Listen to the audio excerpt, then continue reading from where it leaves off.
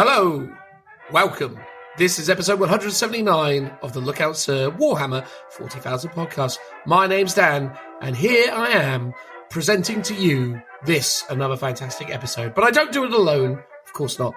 I have, of course, my co-host extraordinaire, the man, the myth, the legend, known as Phil. How are you, mate? How is life?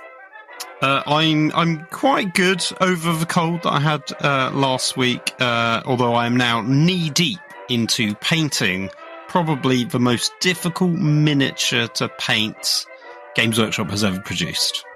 I mean, that is a incredibly bold claim, Cotton. What, pray tell, is that particular miniature?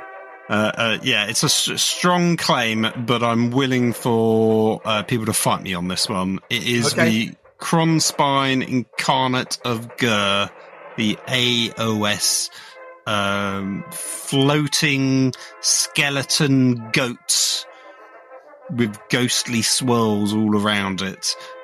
Basically, I've spent 2 whole days literally base coating the bone colour on it, and I'm still not done. I did the initial swirly colours on it, and now I'm doing all the bone colours. It's got like an inside rib cage that's almost impossible to reach, especially now it's on its base, which, you know, you can't part assemble it either. You can't do it in sub-assemblies. You've got to glue it all together. Realistically, it's so wobbly, you also need to stick it to its base just for support and leverage. And then in doing so, it makes it really difficult to reach most of the model. Makes you question even why you bother. I know, but I needed 500 points to fill out in my AOS army, and I took your advice, Dan, because actually originally I was going to do my tree conversion, which would have been a lot easier to paint up, but I would have spent more time building it, and I was like, oh, it's just too risky. So let's just buy the model and get it painted. And I thought it would be straightforward, but it's actually quite complicated in terms of painting. Like oh so many things in life, my friend. Almost as complicated as the topics. I was going to go into the 5-star review, but I just realised we hadn't done the topics yet. No, we haven't. The topics that we're going to discuss in episode 179. What are those, Phil? Well, there is, speaking of AOS stuff, we have Richie on, the Quizmaster himself. We're talking briefly about the Age of Sigmar campaign we're doing, basically in a week's time. By the time this comes out, we've got a week, and we'll be there up at Warhammer World, playing in the Twin-Tailed Crusade campaign weekend, I believe it's called. So we're doing that as one topic. And the other one is Codex Orks. Talking about Orks. Get Wow, rads. Yeah. Strange, Phil, that we did the whole segment and the Cockney Orc didn't arrive at any point in time. It did cross my mind on the initial intro bit to do an orky voice, but I just couldn't muster it. That's fair. Well, I tell you what, we could muster, Phil. This 5-star review.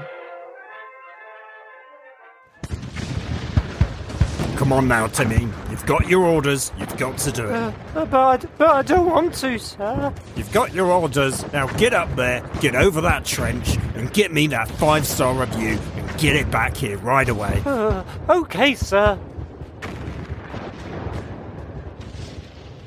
As is tradition, Philip, where might 5-star review be and or come from in this particular instance, matey?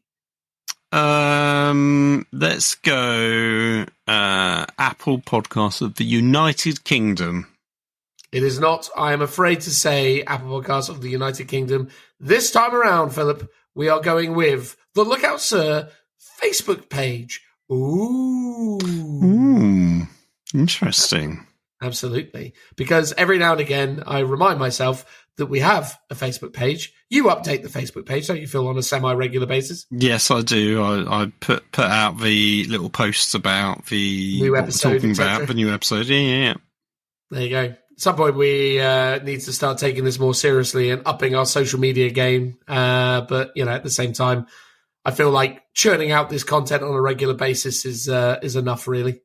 Well, occasionally I'll do some. Normally, I'll do some posts or stories on our Instagram. So quite often I'll share posts that we both do when we're like doing some painting and stuff like that.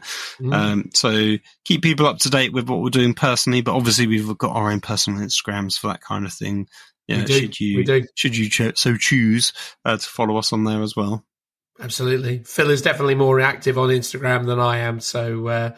Yeah, definitely give it a go. Beyond the Tabletop, a fine hobby account. And on the topic of fine hobby accounts or individuals, this week's 5-star review comes by way of GAVIN, surname withheld, who has left us a 5-star recommendation on the Lookout Sir Facebook page. Now, Phil, I had to dig deep to understand whether or not we had spoken of GAVIN in the past.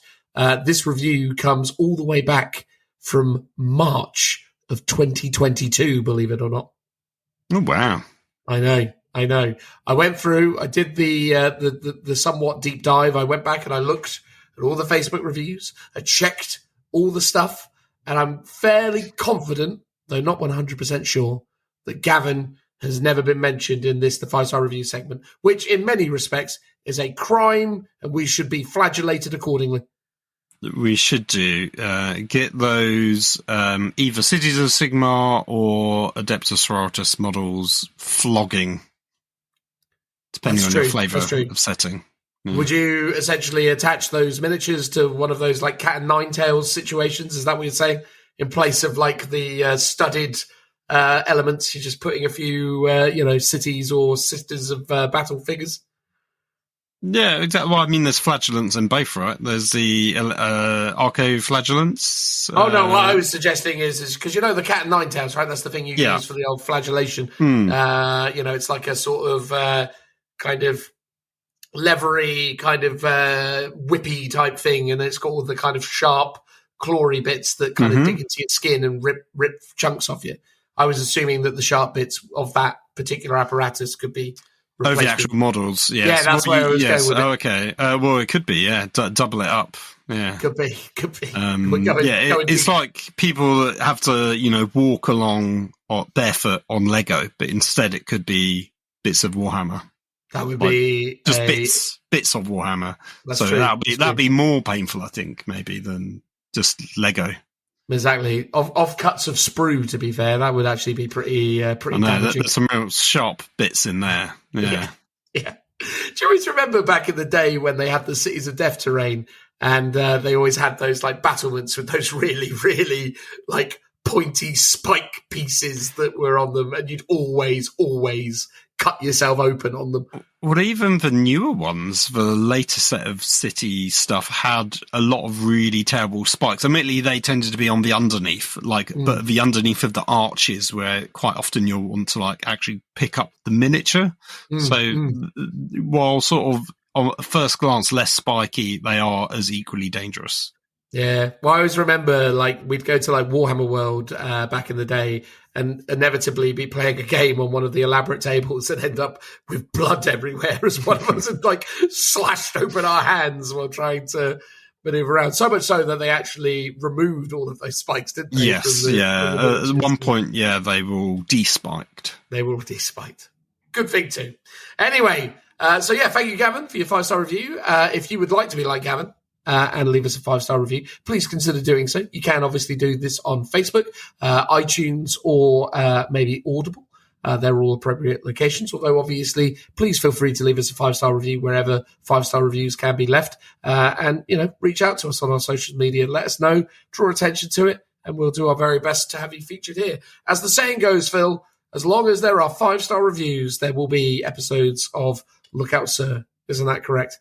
Exactly. And by the looks of it on Facebook, there'll be many episodes to go. Well, indeed. Noting, again, that we reserve the right to change our mind about that. Should eventually me and Phil just be sick of each other. I mean, we're fine almost... We're getting up to 6 years now, aren't we? Something like that, yeah. It's getting on a while. Exactly. God, I'm starting to feel the years passing by. At this stage, I suppose, as we got into 6, we may as well kind of make the agreement now that we're just going to go all the way to 10. Well, exactly. Let's do it now, Dan. Come There on. you go. You're not allowed to die, Phil, for at least another 4 and a bit years. Yeah, fair enough. I'll try my best. Yeah, do your best, mate. Do your best, as will I. Anyway, also, massive thank you to our patrons. It's obviously massively appreciated. I dare say that we certainly could and should do more to spend time with and acknowledge our patrons, because obviously really appreciate all of the support that you give us and the way that you enable us to do episodes of the Look at Sir 40K podcast, specifically helpful in instances like this episode where we're doing Codex reviews. Your support on Patreon enables us to be able to purchase these books and to talk through them with a level of detail. So thank you so much for the support there. And if you'd like to be amongst our patrons, it's not an incredibly expensive endeavor, but ultimately, please only do so if you are able to afford to do so. It is not essential, but it is appreciated. And that is that. And then lastly, there is merchandise. Check the links. There is merchandise available.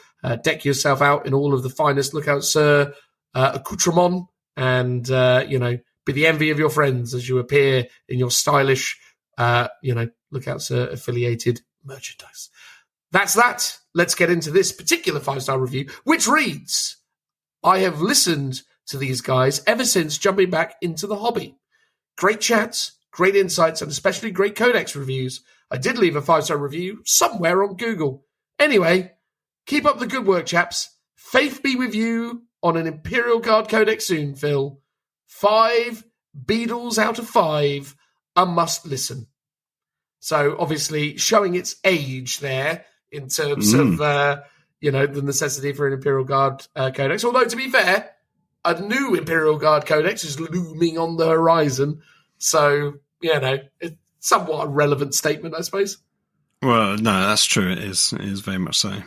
Yeah. But yeah, thank you, Gavin. Really appreciate it. Hope you're doing well. Hope you're still enjoying all of the hobby fun. Whether that be 40K or other, tabletop wargaming affiliated escapades. Really appreciate it. And to elaborate on that, here is Phil. Well, thank you, Gavin. Very sweet message. I'm glad you enjoy our Codex episodes. This is a Codex episode, so it's very timely. However, obviously, it isn't a Guard Codex. It is Orks instead. And I guess at the time you did your review, there was still a good year to go before the Guard Codex actually came out. So hopefully, you don't have to wait another year for the next Guard Codex. But, we don't get to decide that, so we don't actually know. But thank you very much. Thank you for your kind words and enjoy the episode.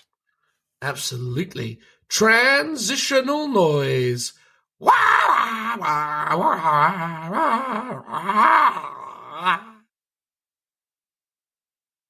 Welcome back, ladies and gentlemen. In this part of the podcast, we're going to take it upon ourselves to give our opinions on Codex Orks, that being Warhammer 40,000 10th edition Codex Orks, which has come out in April of 2024. We are now reviewing it, or rather giving our opinions on it, in May of 2024. This is a book, Phil, that's created quite a lot of conversation. Coming out at the same time as the Custodies, we asked our community which they wanted us to talk about first, and overwhelmingly, Orks were more popular, which is potentially a product of the fact that they seem like they're pretty good. That's what most of the cool kids are saying, right, Phil? I'd assume so. I think a few people have said they're all right. I think people have said more than that, my friend. I think they've gone so far as to say they're a little bit nuts. Oh, wow. Okay. They're all right. Case closed. We don't actually need to do any more of the review. I think we've said enough on this topic. We can move on. We can move on to Codex Custodies next. Well, indeed. That will be in the next episode. We'll talk about Codex Custodies. There's going to be basically Codex reviews for this and the next 2 episodes afterwards, because it's going to be Custodies next episode, and then the episode after that, Tau. So, reviews for days, Phil. I know, just when we thought we had run out of stuff to talk about, they hit us over the head with a swathe of codexes.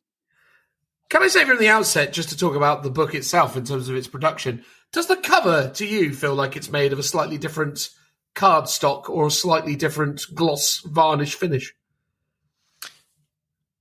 Not that I noticed, no. I'd need to have another book side by side to compare. I mean, it seems, I don't know, it just seems normal to me. Fair. It feels different to the touch for me. Well, it's quite thick. It's definitely bigger than the Custodes Codex, that's for sure. That's true. And obviously that's reflected in their, different retail price, obviously. Well, I can't say I noticed, but I would assume so.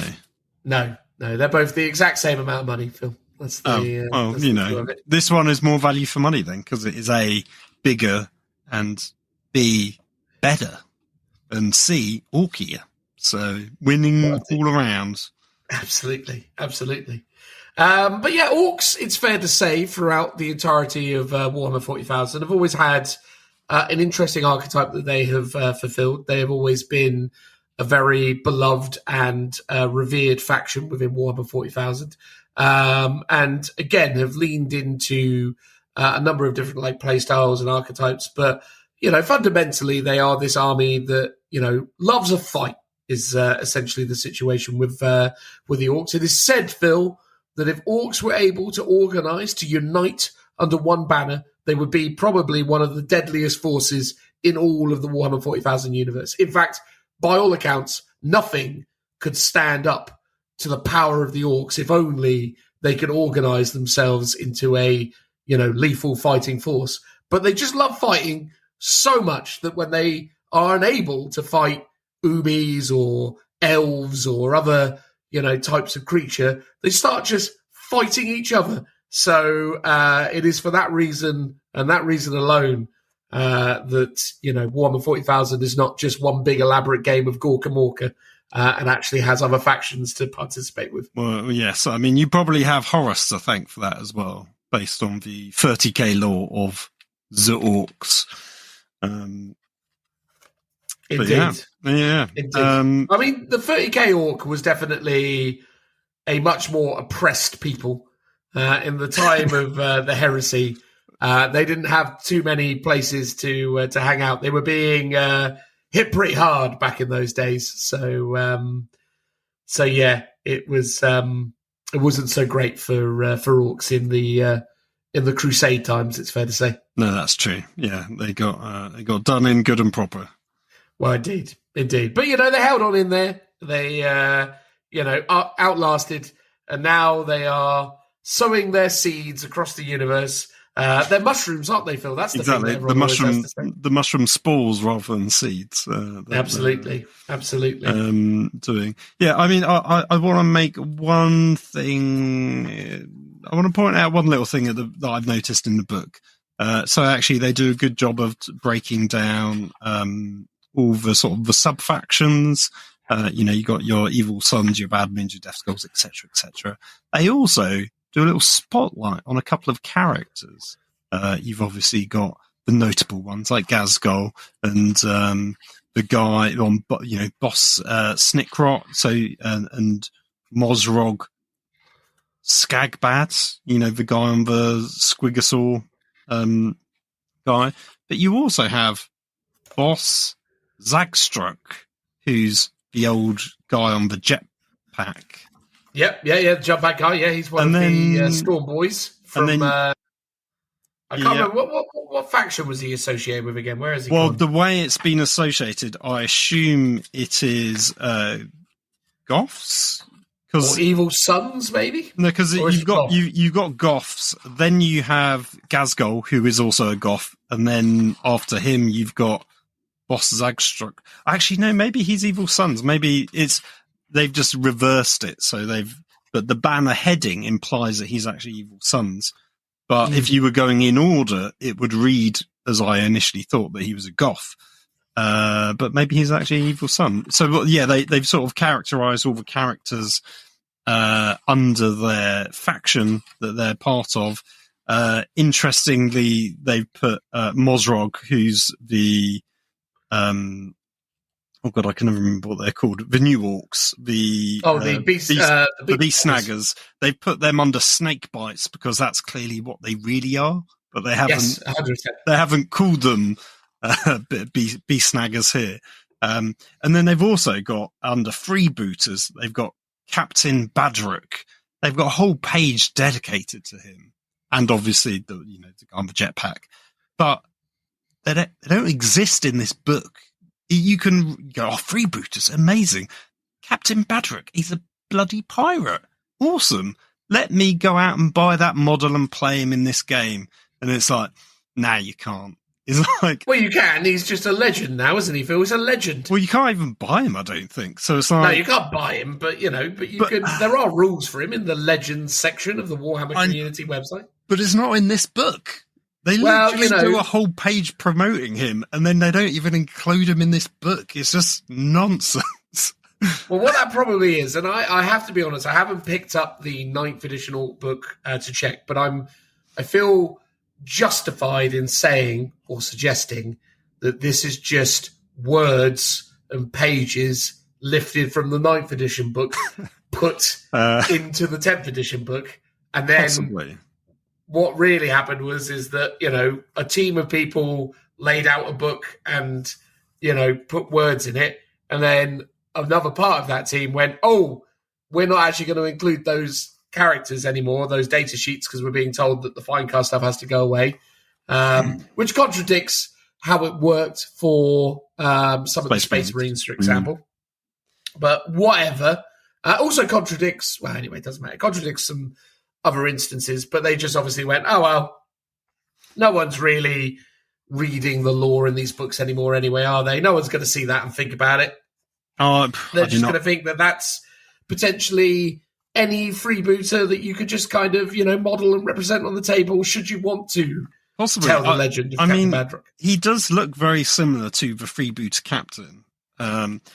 Personally, I just think it's a bit of a shame, but I think your answer is very logical in terms of they probably designed it expecting them to be in the War Scrolls. War Scrolls, because that's Age of Sigmar, data sheets. And then, someone came along from management and said, we're just not including them. And they were like, but they've just gone, well, we've got the page count and we've got it all laid out, so we'll just keep them in. Okay. I assume that is what happened. As you look through the data sheets as well, maybe there are some obvious gaps where once there used to be rules for those minis where they've either just replaced it with nebulous pictures or just removed it altogether. Underneath the big mech, for example, there's just a big mech with a shock attack gun. There's just a sort of empty space. Yeah, they have filled it out with some nice pictures occasionally where they've just needed some filler content, I guess, because they didn't want to double up on the data sheets for whatever reason. But it sort of helps break it up, I guess. In terms of design. But I think that's the thing, isn't it, really? I mean, it was always an inevitability that stuff was going to go to Legends, and it definitely foretells of many other reductions. Obviously, we've seen this happen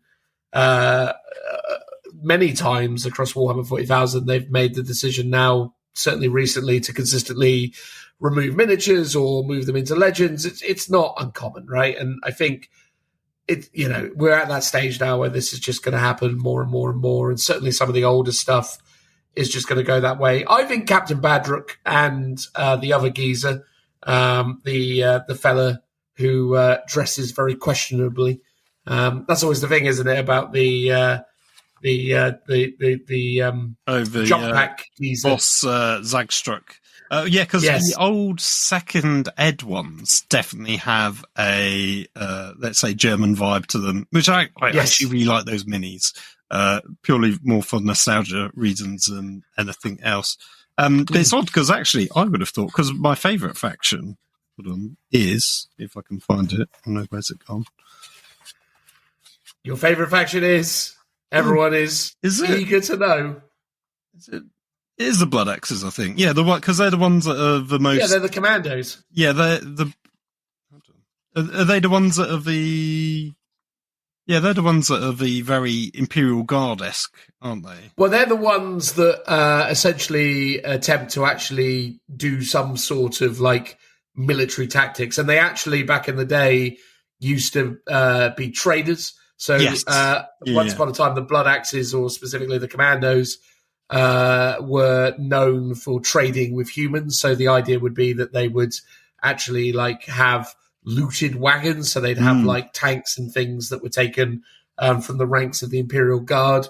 And yeah, they were known to be more agreeable or more compromising, I suppose, than some of the other, orc factions. Yeah, again, I think they took a lot of influence from the from the Guard.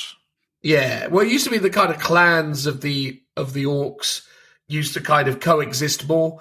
So lots of different clans within the Wars would kind of be represented, and the idea is that they all kind of played into the ecosystem. I mean, the one that's kind of interesting now is the fact that flash kits have kind of become their own thing, because flash kits before were sort of flash kits could be anything, but they were most synonymous with bad moons, because bad moons were the wealthiest orcs, because they had a sort of natural trait where their teeth grow quicker, noting that teeth are the currency of orcs, basically. Well, it's interesting because actually, as we were talking about it, the Beast Snaggers don't get a mention as like a sort of standalone faction, and they do sort of sit, I guess, within the snake bites in terms of at least the layout of which is where they should always have been.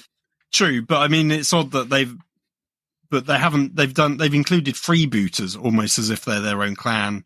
Whereas, as you say, freebooters and beast snaggers are technically the two that are adjacent from all the others because they work with all of them. But maybe now they're going to be like, oh yeah, they're really more beast snaggers. Well, they haven't done that in this book. I mean, they're still very much, but again, the world of it has changed now, right? Because obviously, when they introduced the snaggers in 9th edition, that was the edition where everything was very faction focused. It was like, oh, you can be a goth, or you can be a snakebite, or you can be a blood axe. Now it's like, who cares? Like, it's like, I sort of miss the days, and I know you'll disagree with me on this, miss the days of being forced to play a certain style based on how I painted it up. If I've gone for Bad Moon, I want to have that Bad Moon archetype and certain thematic rules that allow me to play that style. Personally, I don't really want to be like, well, I've done Bad Moon, but if I want, I can just take other non-Bad Moon, if I like clan specific units. I don't want to mix and match, and then I just go, well, I'm going to take the Cult of Speed, even if that's not the Bad Moon themed one, but that's the detachment I'm going to take because I can do. It's like, I appreciate the flexibility that they've given you. They've given you like a sandbox to do whatever, but I just don't feel like if you're a new player, there's particularly great guidance on how to theme your armies. Whereas before, the theming was inherent within the rules. So you learnt about the themes of the army from not only just the lore, but also the rules for that faction. Whereas now it's sort of like, do what you want. But if you don't know what they're meant to do, it's a bit harder to theme your army correctly, because ultimately... I do understand what you're saying, but I do disagree with you, as you correctly asserted, but I don't entirely disagree with you. I think the thing is what the shame of it now is that, yes, the positive is that you can take anything as anything, and I actually really appreciate that. And I think we should be able to construct lists where, it's a mishmash of things. In the case of like the orcs, it should be a kind of, smoosh boosh of different clans coming together and each fulfilling their roles, Commandos, or, the Orc Commando unit should really be representative of Blood Axes. That should be their kind of archetype, because it's more their kind of culture and what they lean into. Similarly, Beast Snaggers should be Snakebites, because, again, it's more aligned with their culture. And then, there is, I suppose, a kind of grayer area, which is things like, for example, speed freaks, do they need to be evil sons necessarily? I would say probably not. Do all of the kind of shooter boys and looters and the people that are utilizing like heavy artillery, do they need to be Death Skulls? No. But certainly things like snakebite is a very specific culture, and things like, the flash gits are very, synonymous with things like bad moons. So for me, I don't really mind this kind of Imperial Guard orc logic where it's an army made up of lots of different entities. I'm okay with that, and I'm okay with them giving you that flexibility within the rules that you can take it.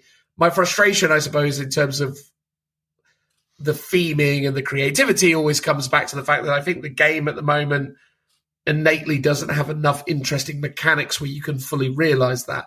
Because the reality is that if you want to take a speed freak army, and I am not 100% sure about this when I make the statement because I'm not completely up to speed with every rule that's in here, but if you take, say, a speed freak army that is Evil Sons, you're probably at a disadvantage in the game because the mechanics of the game, certainly when played competitively, which is kind of the way the game is intended to be played, struggle because you're no longer able to interact efficiently with ruins, and ultimately that is a problem within the game. So, I think that's my frustration. It's not so much that you don't have creativity, it's that the game kind of, takes away that kind of narrative element by the way that it is played, and that, the benefits of a speed freak army don't outweigh the negatives of it, for example, assuming that speed freaks aren't worth taking. We'll get to that in a moment. But I was just because I think there's only like 3 named characters in this book now. You've got Zogrod, Bosnick, and Gaz. And I was just looking at the keywords, and obviously they don't do the subfaction keywords anymore. No. So you can't tell via the rules what faction they belong to. You've either got to read the little sort of fluff paragraph. I don't think they tell you for Zogrod, but they obviously tell you for Bosnick Rot. Or you got to read the page about the lore. Whereas at least before you had, even if it doesn't mean anything, it's there on its keyword.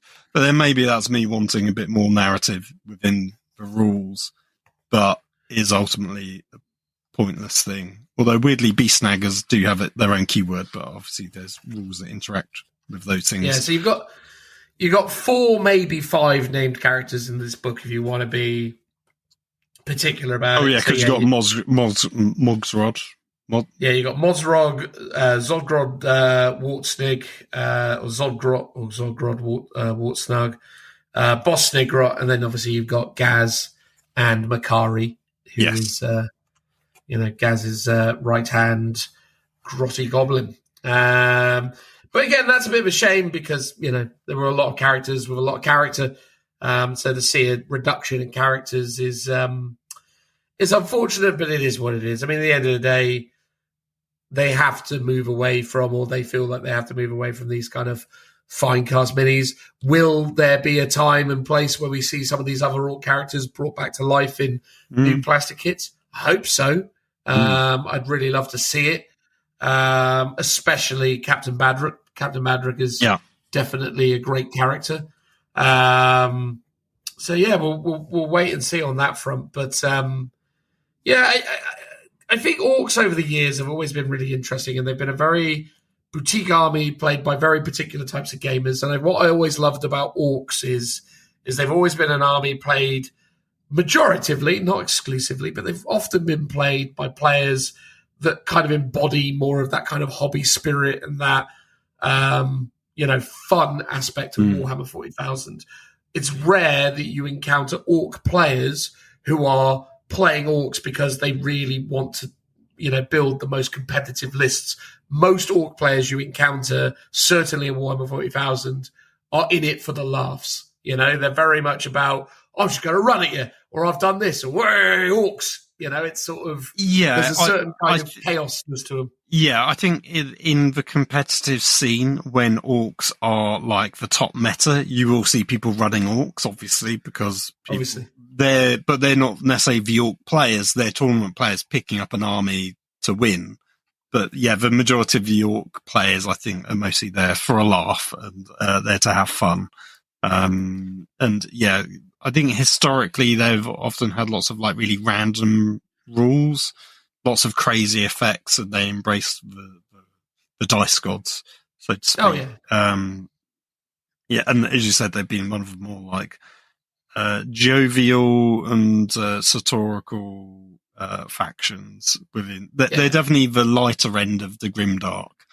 Oh, 100%. And it is kind of disheartening in a way when orcs are really good, not because they don't deserve to be good, but it kind of takes away from what orcs are, because as soon as orcs are being played by, hardcore players who want to win at all costs, or not at all costs, but they just want to win, it kind of creates a very different vibe with the army. And as I say, you can definitely, when you're across the table from a real orc player, there is a very different energy to, hardened, seasoned orc players. And as someone who plays Orks in Age of Sigmar, I can't make that same perspective. Orks in the Age of Sigmar world are very different from orcs in the Warhammer 40,000 world, at least within AOS. AOS orcs are way too competent by comparison. Sure, they still scream war, but there is a sort of martial and kind of military prowess to them that kind of takes them away from what I feel like is a much more joyous expression of orcs, which is Warhammer 40,000 orcs. I think Warhammer 40,000 orcs are the best flavor of orc available, because I think it's just one of the most well-developed archetypes of character, and it's just a really fun aspect of the world. So, my hope is going into this is that they retain some of that fun and we see some random mechanics. My concern is that it's 10th edition, so it's just going to be a bunch of critical hits do this, critical wounds do this, pretty streamlined, pretty sort of stuff. But, there might be some fun mechanics in here that could make us be excited about orcs. But, from the jump-off point, 40k 10th edition feels like an edition that is I'm trying to think of the word for it, but it is unsympathetic towards those kind of ideas. I feel like the game has become so clean in its implementation, but we'll see, right? If there is a book that could put some random fun into this game, this has to be it, right? Yeah, no, that's true. So full disclosure, I actually haven't had a chance to read or review this going in, which is probably evident from the way that I'm communicating about it. Phil, I assume you've been more professional than I. Yes, I have read the main rules, the detachments, some of the I keep saying war scrolls, some of the data sheets, some of our legend units as well, because my lovely grot tanks have gone to the heaven that is legends. So I've read a fair bit. There are some random rules in there. Yes, there are some sort of straightforward, boring ones as well, in terms of the detachment rules. And we can get through some of them if you want. Yeah, so based on the fact that you've actually, taken the initiative, Phil, I'm going to be at your kind of disposal in this one. I'm going to just hand over to you and let you take the reins, mate, and talk through it. I mean, however you want to tackle it. I mean, typically, the usual vibe is that we, talk generally about something that we kind of mutually understand. But maybe we're just going to have to revert to how we used to do things and kind of go through some rules and just talk about them, discover them for the first time and give hot takes. Yeah. Up to you, mate. Let's start off with the army rules so people understand the core mechanics of how the orcs work, and that is via calling in the war. So in your if your army faction is orcs, which it will be, once per battle at the start of the battle round, so interesting, it's the battle round, not your turn, you may call a war. You phone one up. You go, could I please have a war, sir? If you do until the start of the next battle round, the war is active for your army. And when the war is active, units from your army with this ability are eligible to declare a charge in a turn in which they advance. So you get advance and charge. You get +1 to strength and attack characteristics of melee weapons equipped by models in your army with this ability. And your army-wide, with this ability have a 5+ invulnerable save. Wow. If I was to give you a hot take on that, Phil, and I shall, that's probably one too many things. I mean, I guess for the fact that it's a 5+ invuln save, I never got the 5+ invuln save. The advance and charge, totally get. +1 strength, +1 attacks, totally get. I don't get the invuln save.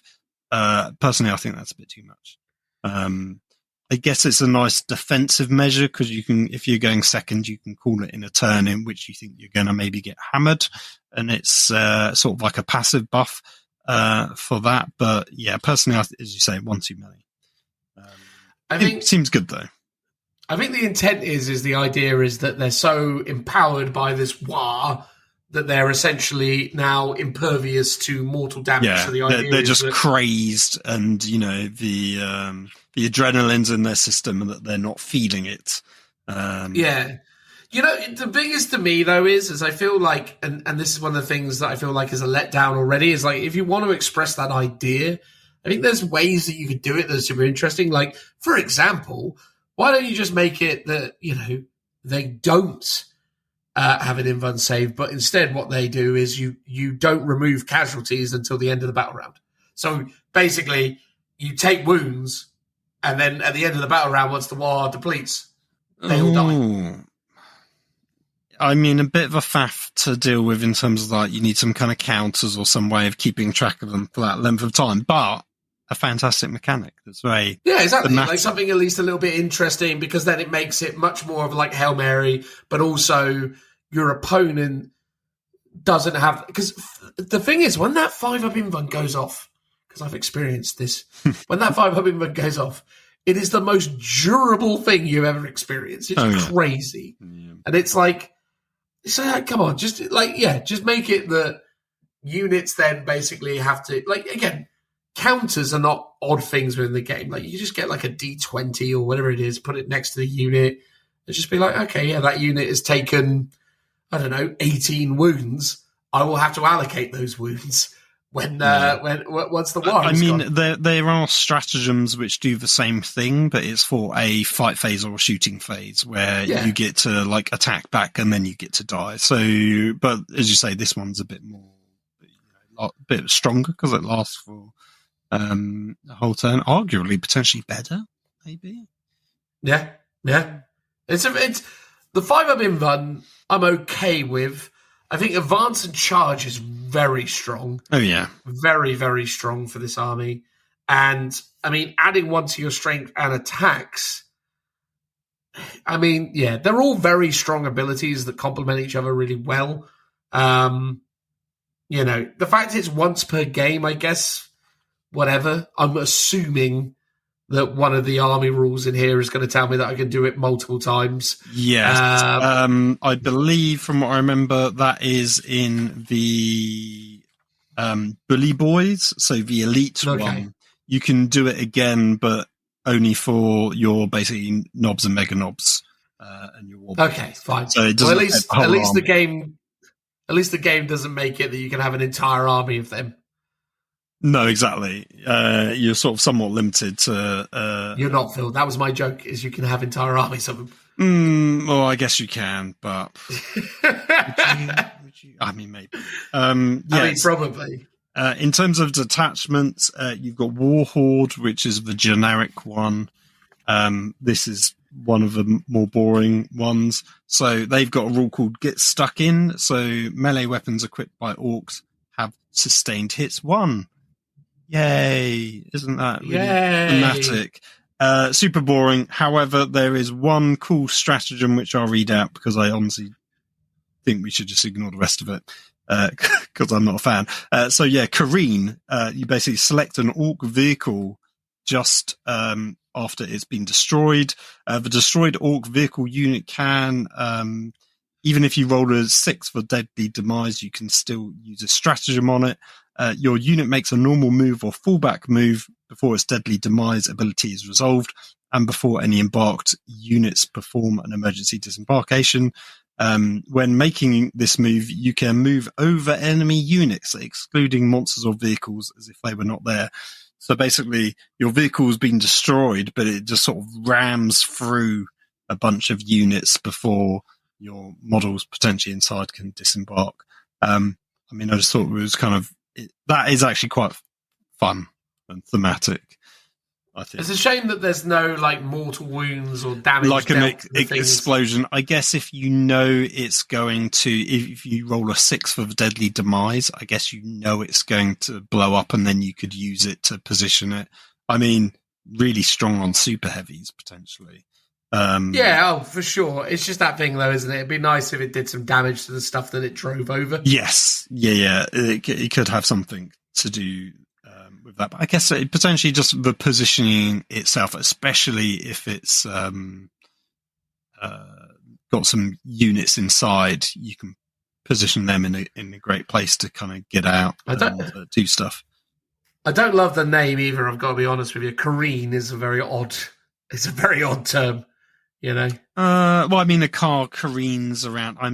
Yeah, it's maybe a terrible term. Hit and run is perhaps a bit too, Ramshackle was the old terminology for them. I quite like ramshackle.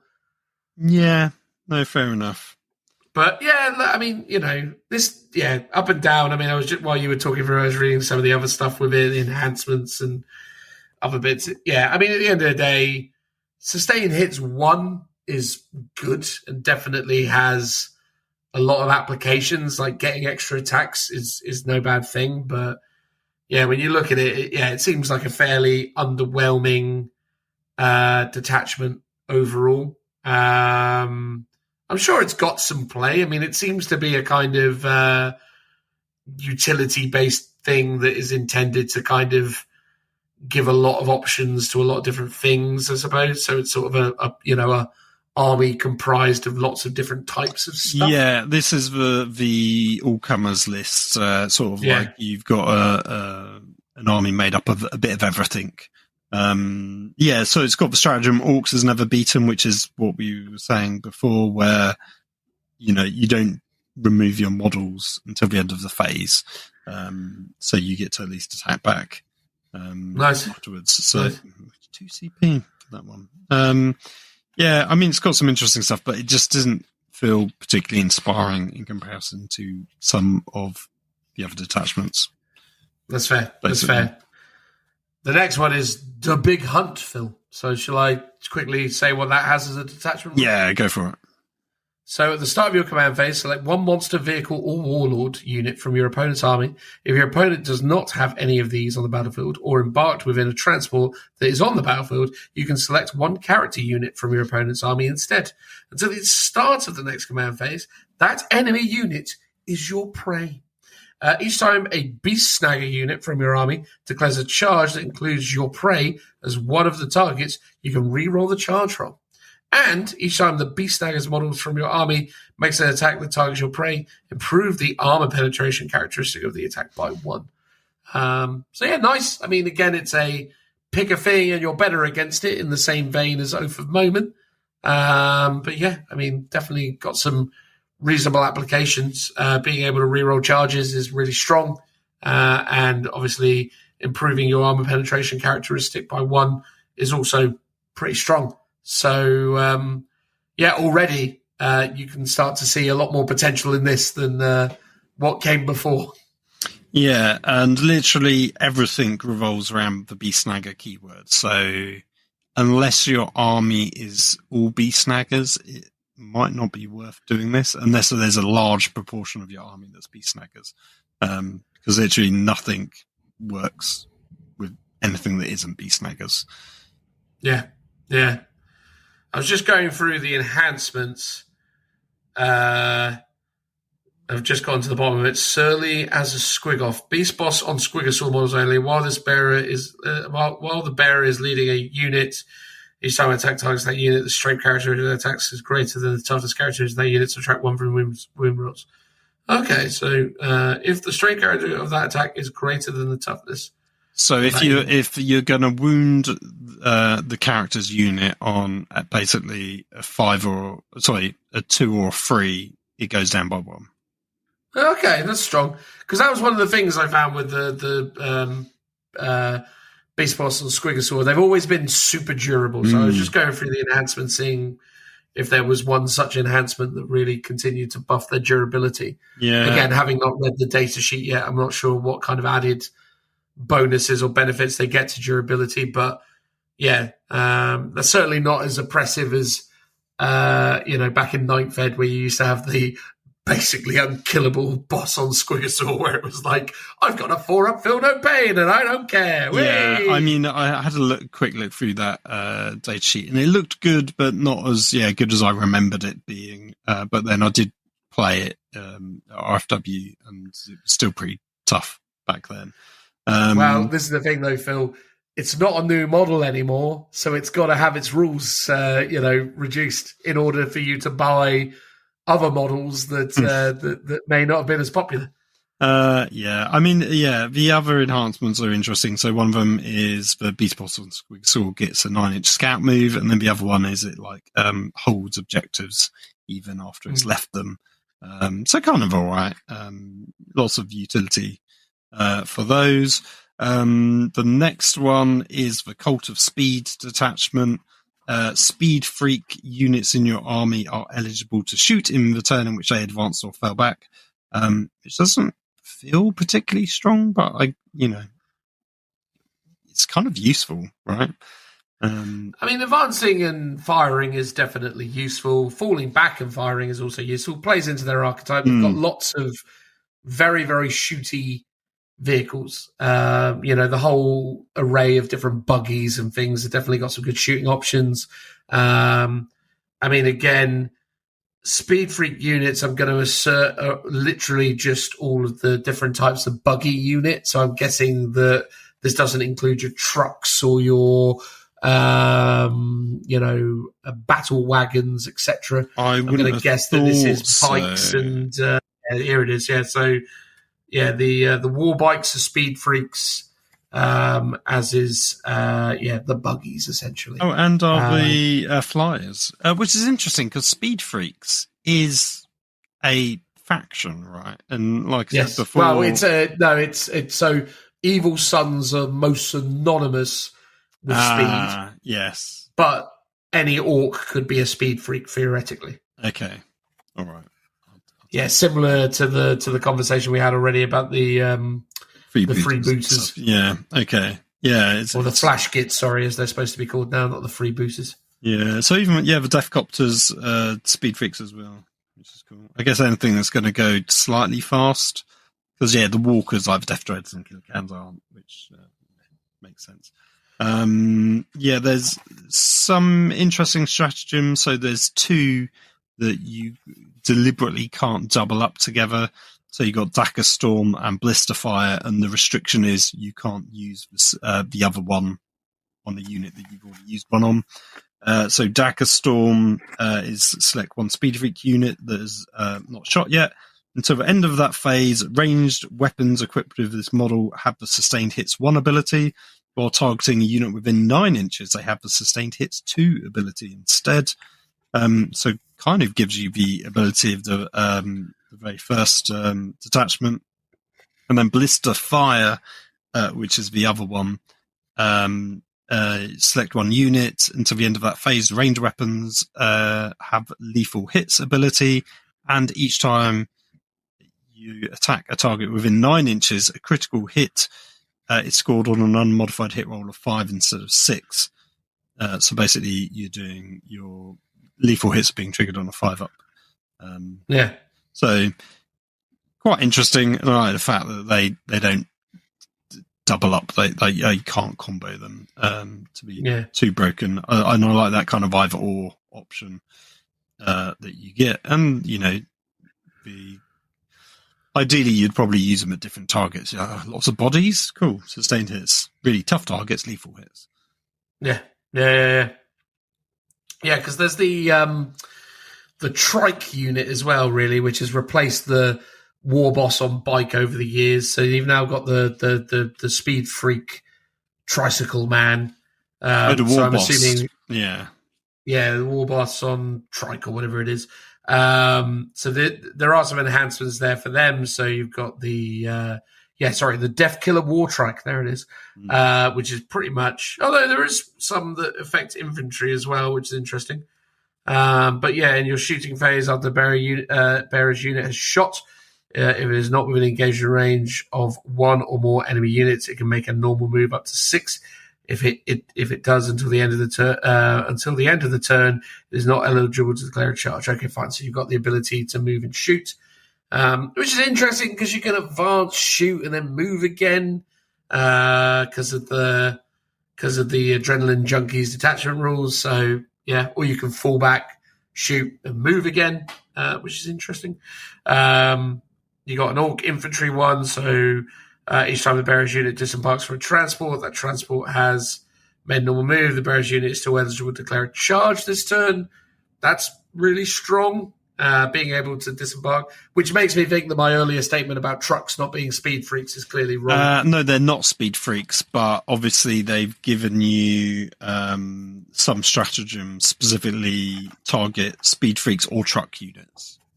Oh, okay, fine. So yeah, trucks are separate. Yeah, you got squid hide tires. Each time one of the bearer's unit makes a consolidation move, it can move 6 instead of 3. That's really valuable. And speed makes right. Orc models only in your command phase. If the bearer or the transport the bearer is embarked within is 9 within 9 of one or more enemy units, roll 1d6, add a 3+, you gain 1 C. That's very underwhelming. All right, fine. Get a CP, which is good because CP is good, but I don't know. Mechanics where I thought it was going to be something like run at them, hit them, drive at them, smash, smash, smash. Not get a command point. Yeah, there's not really any stratagems for charging in, but I guess the way they've done Cult of Speed is that you're really just meant to be driving and shooting and not trying to avoid combat because you can fall back and shoot and stuff. So you're not really meant to be getting into too much. It's all about can help it. Yeah, it's all about getting in and doing damage, I suppose. Well, shooting damage from range, etc. Yeah. So the next one is the Dread Mob, which sounds fabulous. I have to be honest. An actual detachment dedicated to dreadnoughts. Weird, I suppose, in the sense that orcs only really have killer cans and dreadnoughts, but I suppose it also will extend to Morkanauts, Gorkanauts, and Stompers, right? I guess so. So it mostly it's themed around mechs, orc walkers and grot vehicles, which should, in theory, if you're playing Legends, include grot tanks, grot mega tanks. They had the mega dreads as well. So the Morkanaut and Gorkanaut are just orc walkers, so they would also be featured under here. The Dread Mob was a Forge World army list at one point. So nice. Specifically themed it, and I don't know if that was the first iteration of it, but that's the one where I knew about it first of all. And this detachment definitely embraces slightly more of a random elements, as does, I think, actually the Killer Can detachment, Killer Can data sheet, which we can talk about a bit later when we go through the data sheets. Yeah, so their detachment rule is try dat button. So each time a mech, orc walker, or grot vehicle unit from your army is selected to shoot or fight, roll 1d6. Until the end of that phase, weapons equipped by models in that unit have the corresponding ability shown on the table below. So you get to roll on the table. 1 to 2, you get sustained hits 1. 3 to 4, you get lethal hits. And 5 to 6, each time a attack is made with this weapon on a critical wound, improve the AP by 2. So 6 is to wound, increase your AP by 2. It then says, alternatively, when such a unit is selected to shoot or fight, you can select one of the abilities above instead of rolling the dice. If you do so, until the end of that phase, weapons equipped by models in that unit have the hazardous ability as well. So rather than embracing the randomness, like the True Orc leader that you are. You can pick one, but you're going to take some punishment for it.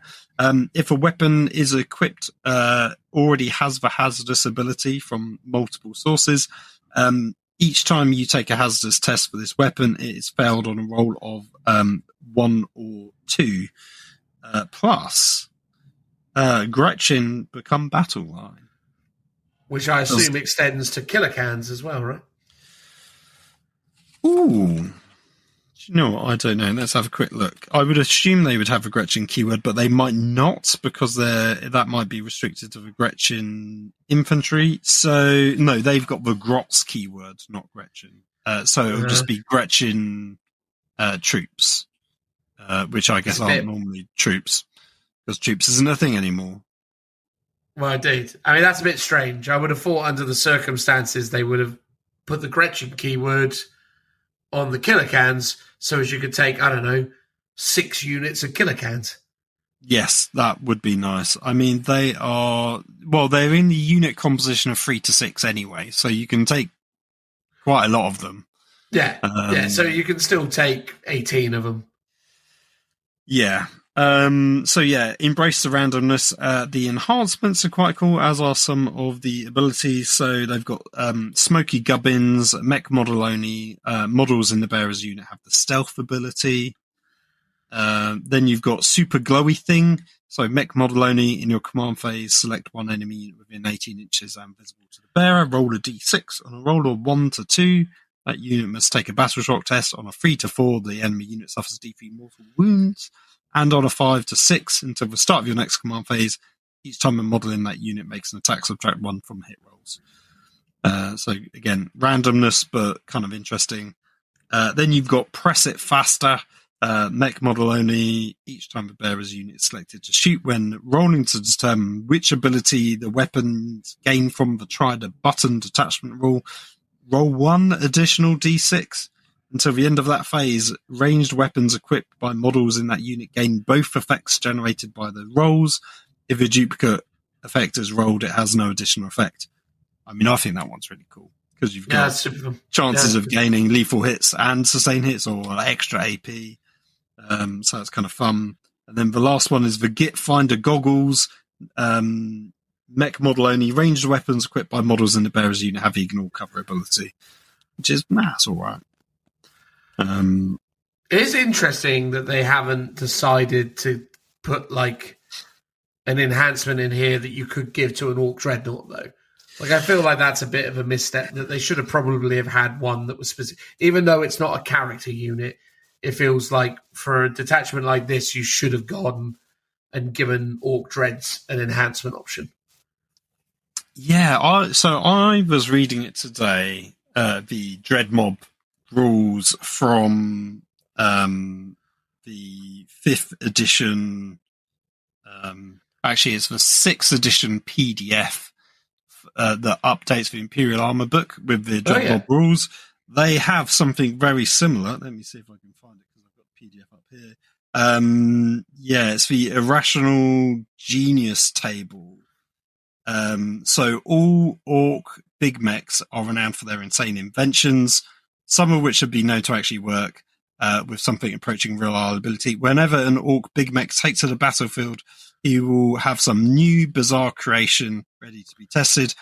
Basically, you can take this rule, because it's a warlord trait. When you do, select one friendly vehicle and roll on the table below. After it's been deployed, you can't apply it to super heavies or vehicles that are part of a squadron. And then you have to select the vehicle before you do the roll. So you've got on a roll, you roll d6 on a roll of 1 to 2. You've got scrap covered monstrosity. If this vehicle has the fast type, it loses it. If it does not have the fast type, it becomes heavy. In addition, it gains 1 hull point. So you basically get to upgrade your vehicle to be have an extra wound, but these days wounds are worth a lot more. You have a super turbo thruster. So if the vehicle is the heavy type, it loses it. If it does not have the heavy type, it gains jink, which is a bit like a sort of feel no pain save, I guess, in a more modern day context.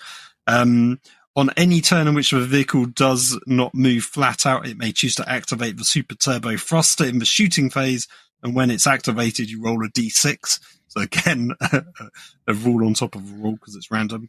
On a roll of 1, the vehicle is immobilized, but you don't suffer any loss of hull points for the duration of its turn, and it doesn't cause a flyer to crash.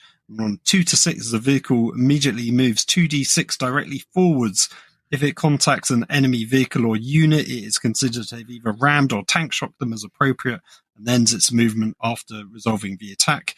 During the turbo thruster move, the vehicle is unaffected by difficult terrain, but takes dangerous terrain tests as normal. And if it was to end in impassable terrain, you just backtrack it along until the vehicle can be placed outside of the impassable terrain. And the option may be applied to non-flyers. And then the last one, 5 to 6, is Armor Burning Dagger. So the controlling player may, in any turn or phase, choose to fire any of the weapons on this vehicle using the Armor Burning Dagger when they would normally be allowed to shoot with the vehicle. You've got to make this choice before you roll the dice. The weapons gain Rending special rule and Gets Hot. So Rending allows you like extra armor penetration, but Gets Hot is basically the same as Hazardous. I thought I would read that out. It was a bit long, but my point is, in older rules, you had basically something very similar, but it was an enhancement because it was a warlord trait that then applied a benefit to one of the vehicles that he's basically pimped out. Super thematic, right? But also completely random in terms of what you're going to get. But I love that sort of thing. And that would have been, as you said, great for this detachment. Oh, I totally agree with you. I mean, yeah, what you just described there all sounds mad. And again, I always felt like as well, layering lots of different interesting rules and the idea that like, oh, this circumstantial thing creates this outcome and there are some variables that we have to account for, but broadly it's positive or the negative isn't too overly pronounced. But yeah, I found that stuff really interesting. And look, here's the thing. Try that button is fine. It's just sort of a weird thing because to me, I feel like try that button should be more rules like 5 and 6, or the result of 5 to 6, i.e. each time attack is made with this weapon on a critical wound, improve the armor penetration characteristic by 2.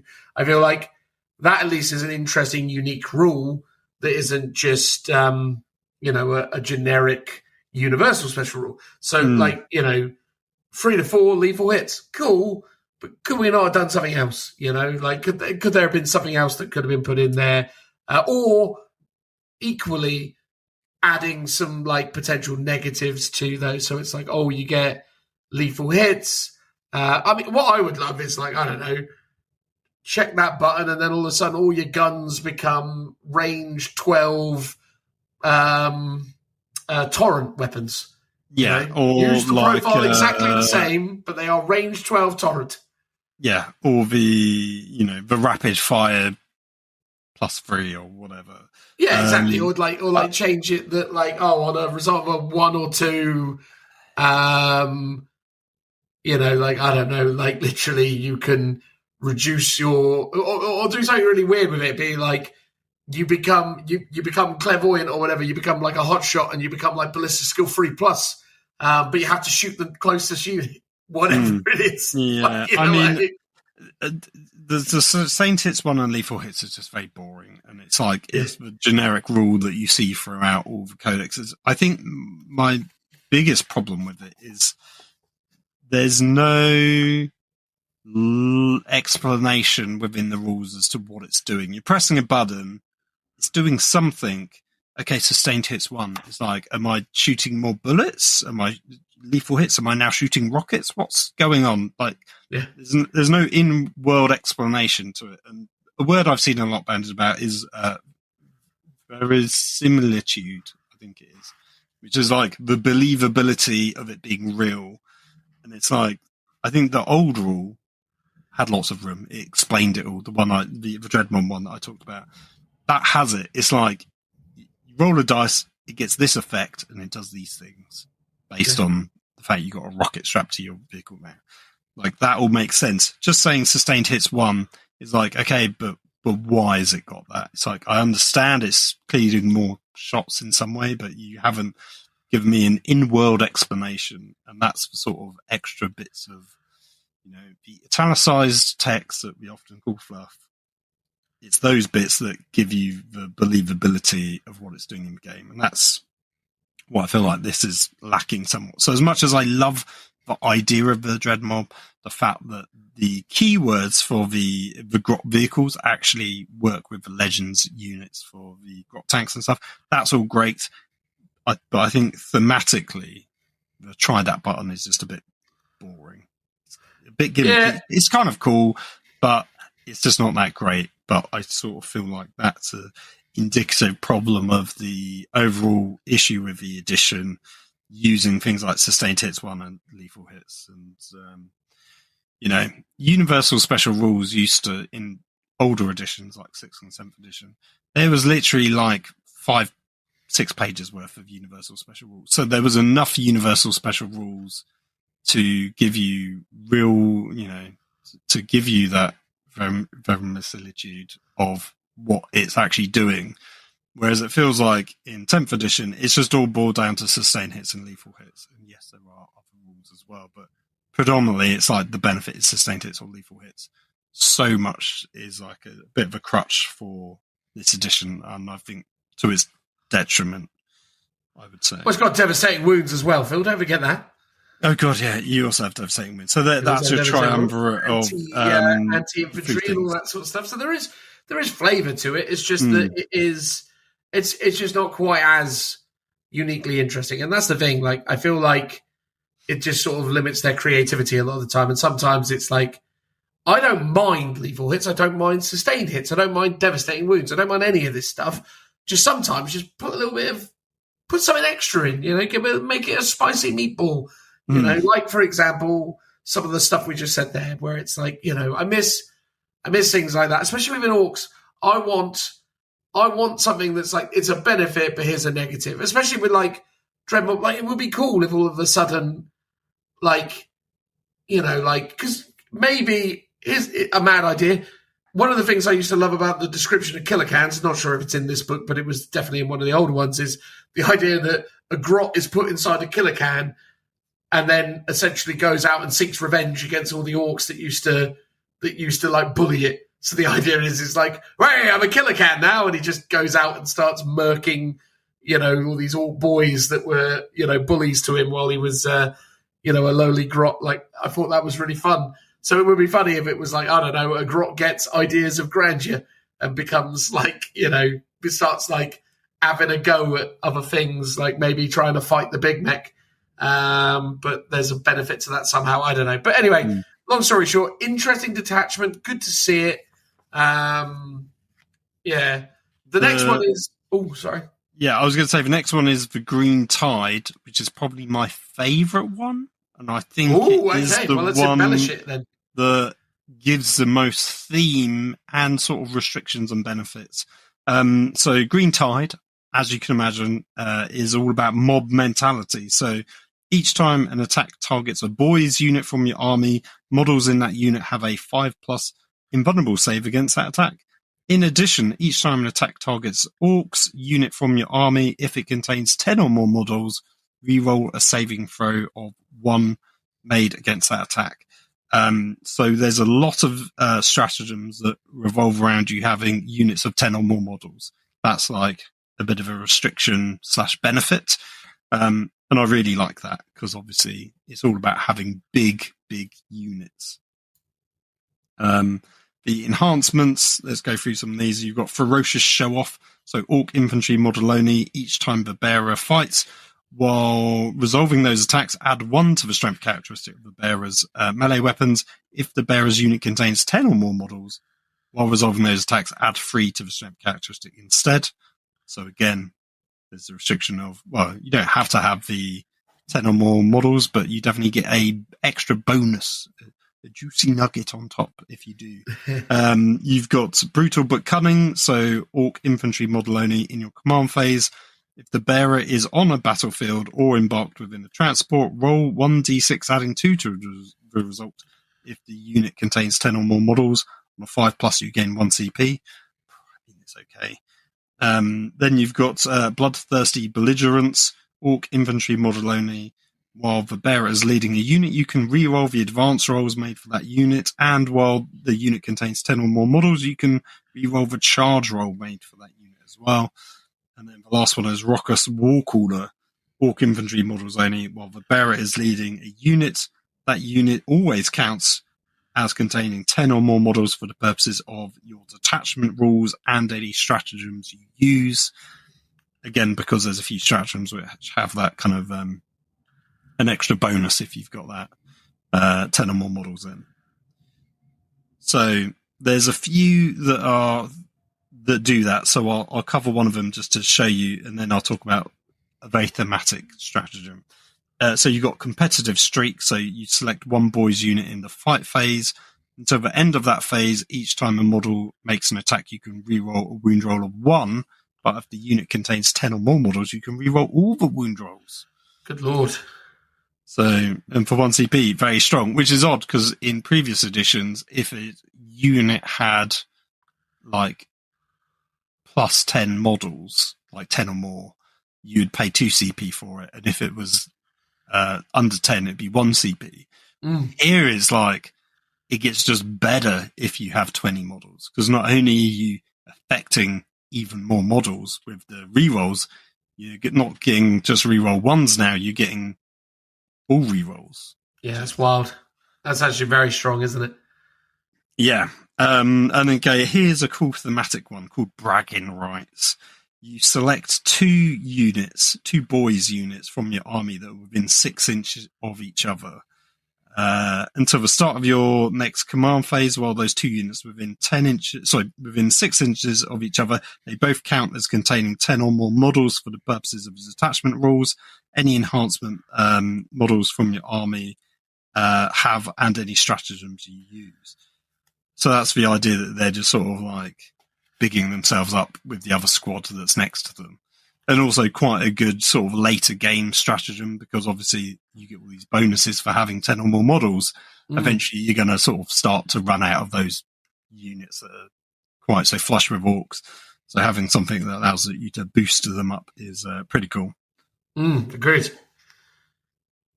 Another good one that I think is worth reading out is the Go Get 'em stratagem. So it's your opponent's shooting phase just after enemy unit has selected its targets. 1 boys unit from your army that was selected as the target of one of those attacks.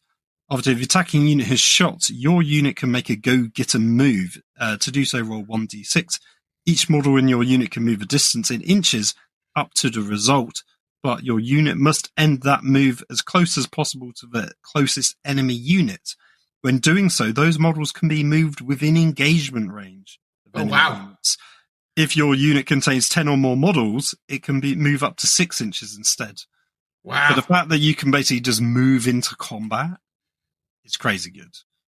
So if you're doing some very close range fire on any orcs, you're going to be in trouble with that stratagem, basically. Yeah, that's really strong. To be able to basically maneuver yourself into combat in your opponent's turn is massively powerful. Especially with the sequencing, right? Because ultimately you will activate first with that unit now. Because, well, obviously if your opponent charges, there will still be fight first steps to resolve. But once it goes to like normal activation, you are now in combat, so you will activate first as the player whose turn it isn't. So yeah, that's really big. There's some interesting counterplay to that, because it's basically, if you know that they've got this stratagem and they're within 6 inches of you, you're almost inclined just to not shoot at them, which is, it's great. It's like a mind game stratagem. Like it works even when you're not going to use it, because the option is there to always use it. So almost you could say you're protecting any unit within 6 inches, or you're going to force your opponent, if you've got sort of multiple units within 6 inches, to be like, okay, cool, well, I'll take the hit off of this unit because I need to get it killed. And then I'll, maybe I won't shoot at this other one instead, or you'll try and bait out the stratagem to get used before then targeting other units. So yeah, I think that's got a lot of interesting play. Oh, I agree 100%. It's very... and again, to your point, Phil, the fact that this is a detachment that benefits massive or larger units is really intriguing because it does run contrary to what we saw in previous editions where they had to take steps to reduce the efficiency of stratagems on larger units.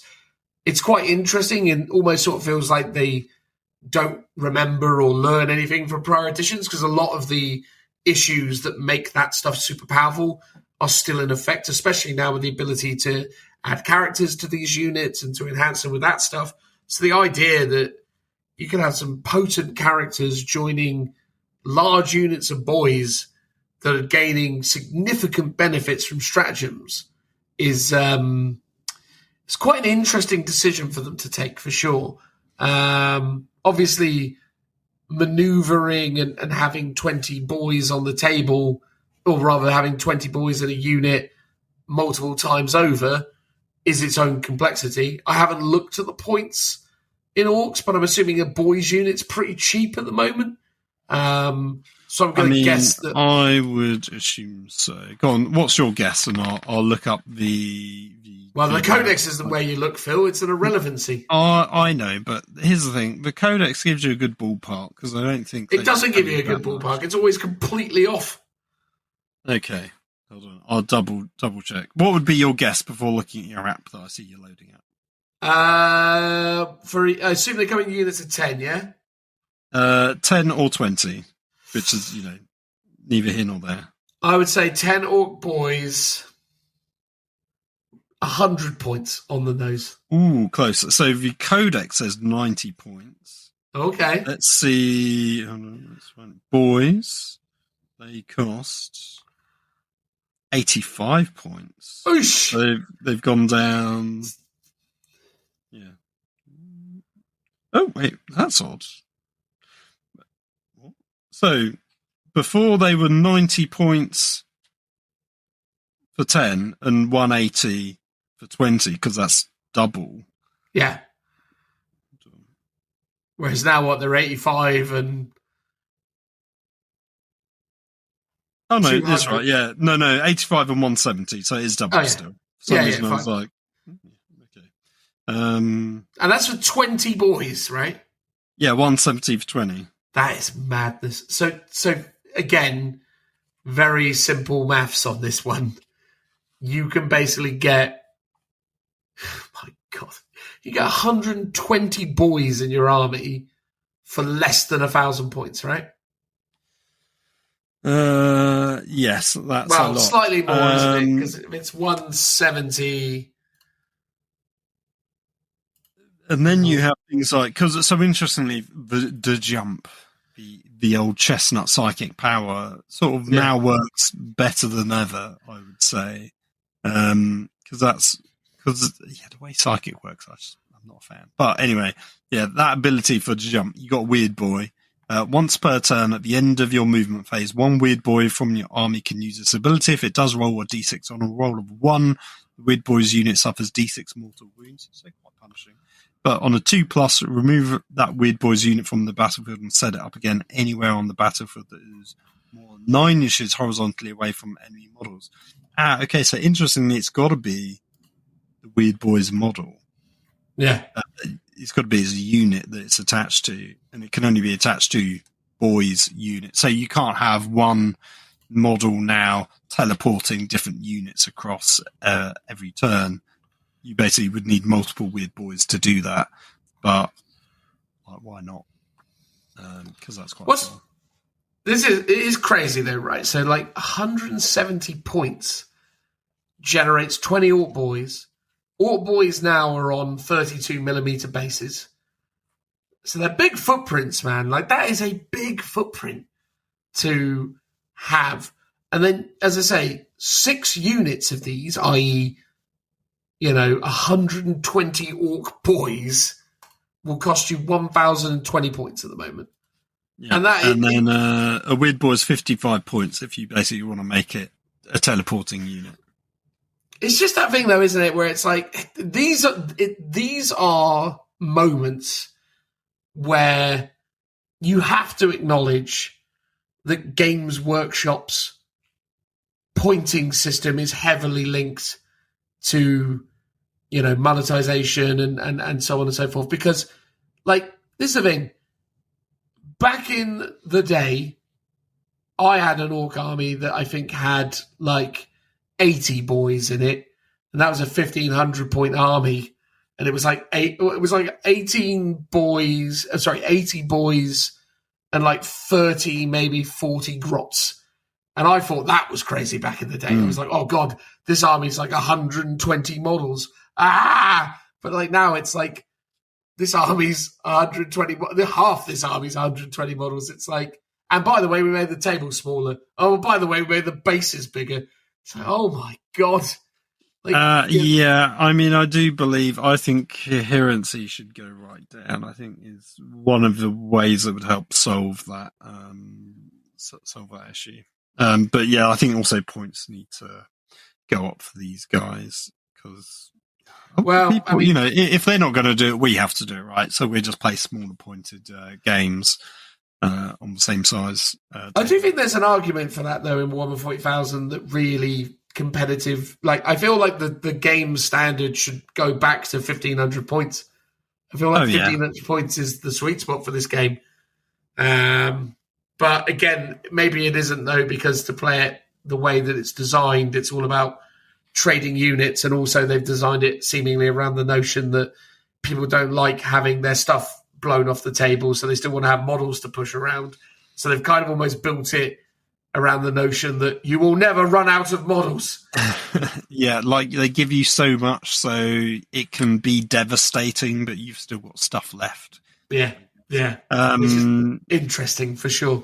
Yes, and then lastly, the elite of the elite. We've got the Bully Boys detachment, which is the detachment rule is the boss is watching at the start of a battle round in which you have not called a war. If you have one or more war boss models on the battlefield or embarked within a transport, you can call a war for the second time this battle.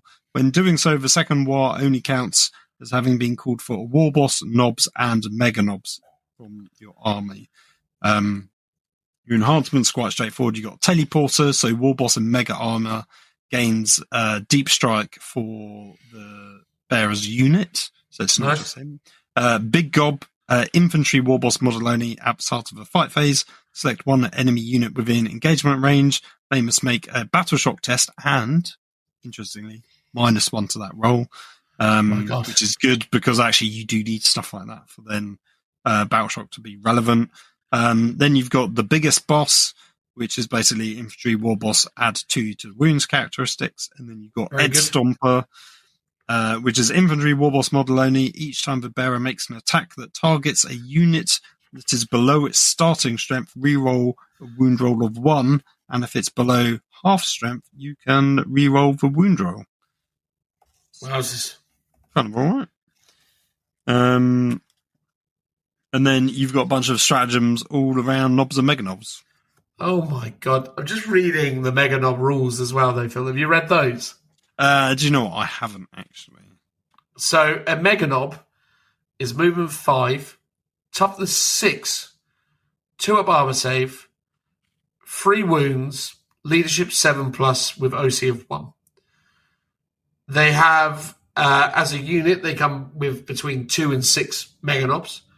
And they have crumping time as an ability, which is during the battle round in which you call the war, models in this unit gain feel no pain 4+.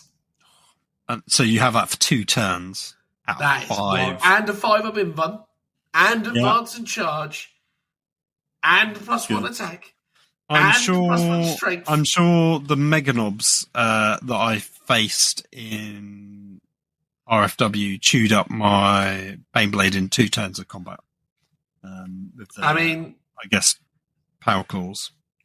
Yeah, so you've got the power claw, which is 3 attacks, weapon skill 4+, strength 9, -2 to damage. You've also got the twin kill saws, which are 2 attacks, weapon skill 4+, strength 12, AP 3, 2 damage, but they're twin linked, so you're re-rolling. Strength 12 is very good. And then you got a single kill saw, which is still 2 attacks. It basically is the same, just not twin linked. That's really interesting because I think really you're probably just going to go 1 kill saw and a gun of some sort. So probably the probably the combi weapons. Yeah, probably the combi weapons. Because that's 1 attack, hitting on 5s, strength 4, no AP but 1 damage, but it's anti-infantry 4+, and devastating wounds, and rapid fire 1. So within 12 inches, it's 2 shots. Yeah, you hit on 5s. I mean, these guys... A 4 up to wound is just a mortal wound, or not a mortal wound, a devastating wound. Well, these guys are basically Space Marine Terminators with more toughness and more devastating weaponry, essentially, at least in the general sense. Obviously, you can't have the heavy weapons to them. But that 4-up Feel No Pain is crazy in conjunction with a 2-up armor save, in conjunction with a 5-up invuln. Like, those things in concert are wild. Like, the idea that this guy can be rocking a 4-up Feel No Pain and a 5-up invuln and a 2-up armor save. That's wild. How many points is a Mega Knob squad, do you reckon, Phil? 150? All right, you've said 150. Our survey says... hang on, I've just got to create a list thing. Here we go. Other units. You can just go to unit composition. Well, I've done this now. Oh, my God. They are 30 points a boy, Phil. Oh, how much for a squad of 3 then? 90? Yeah, so a squad of 3 would be 90, and then a squad of 6 would be 180. Not bad. 180 points. That is maddening. So that a unit of Terminators is 180 points or 185 points for 5. These guys get 6 of them for 180. Okay, so you can have, obviously you've got Gaz, but you've got a War Boss in Mega Armor and a Big Mech in Mega Armor. They can both join the Mega Knobs units. If you go for a War Boss in Mega Armor, Might is Right is his ability. While he's leading a unit, each time a model makes a melee attack, add 1 to the hit roll. And then when you call he's got Dead Brutal, so when you call a war until the start of the next battle round, this model's huge chopper has a damage characteristic of 3. So basically, +1 to hit roll in combat with them. And then if you do Big Mech in Mega Armor, they've got more Daka, which is while this model is leading a unit, each time a model in that unit makes a ranged attack, we roll a hit roll of 1. And then while it's fix up that armor, while that model is leading a unit, in your command phase, you can return 1 destroyed bodyguard model to that unit. So you get a free Mega Knob every turn. Oh my God! Is that the Big Mech with Big Mega? Mech, yeah, in Mega Armor. He just my God! Do you get the feeling, Phil, that they just didn't sell enough Mega Knobs before? Well, I mean, they're quite dated models. To be fair, when looking through the data sheets, it makes you realise how much of the Ork Codex, like the actual army, is still quite old and dated models. I mean, they still look all right, but I imagine they will come with a range refresh at some point. Even the bog standard knobs, like the generic infantry, they're really old models still.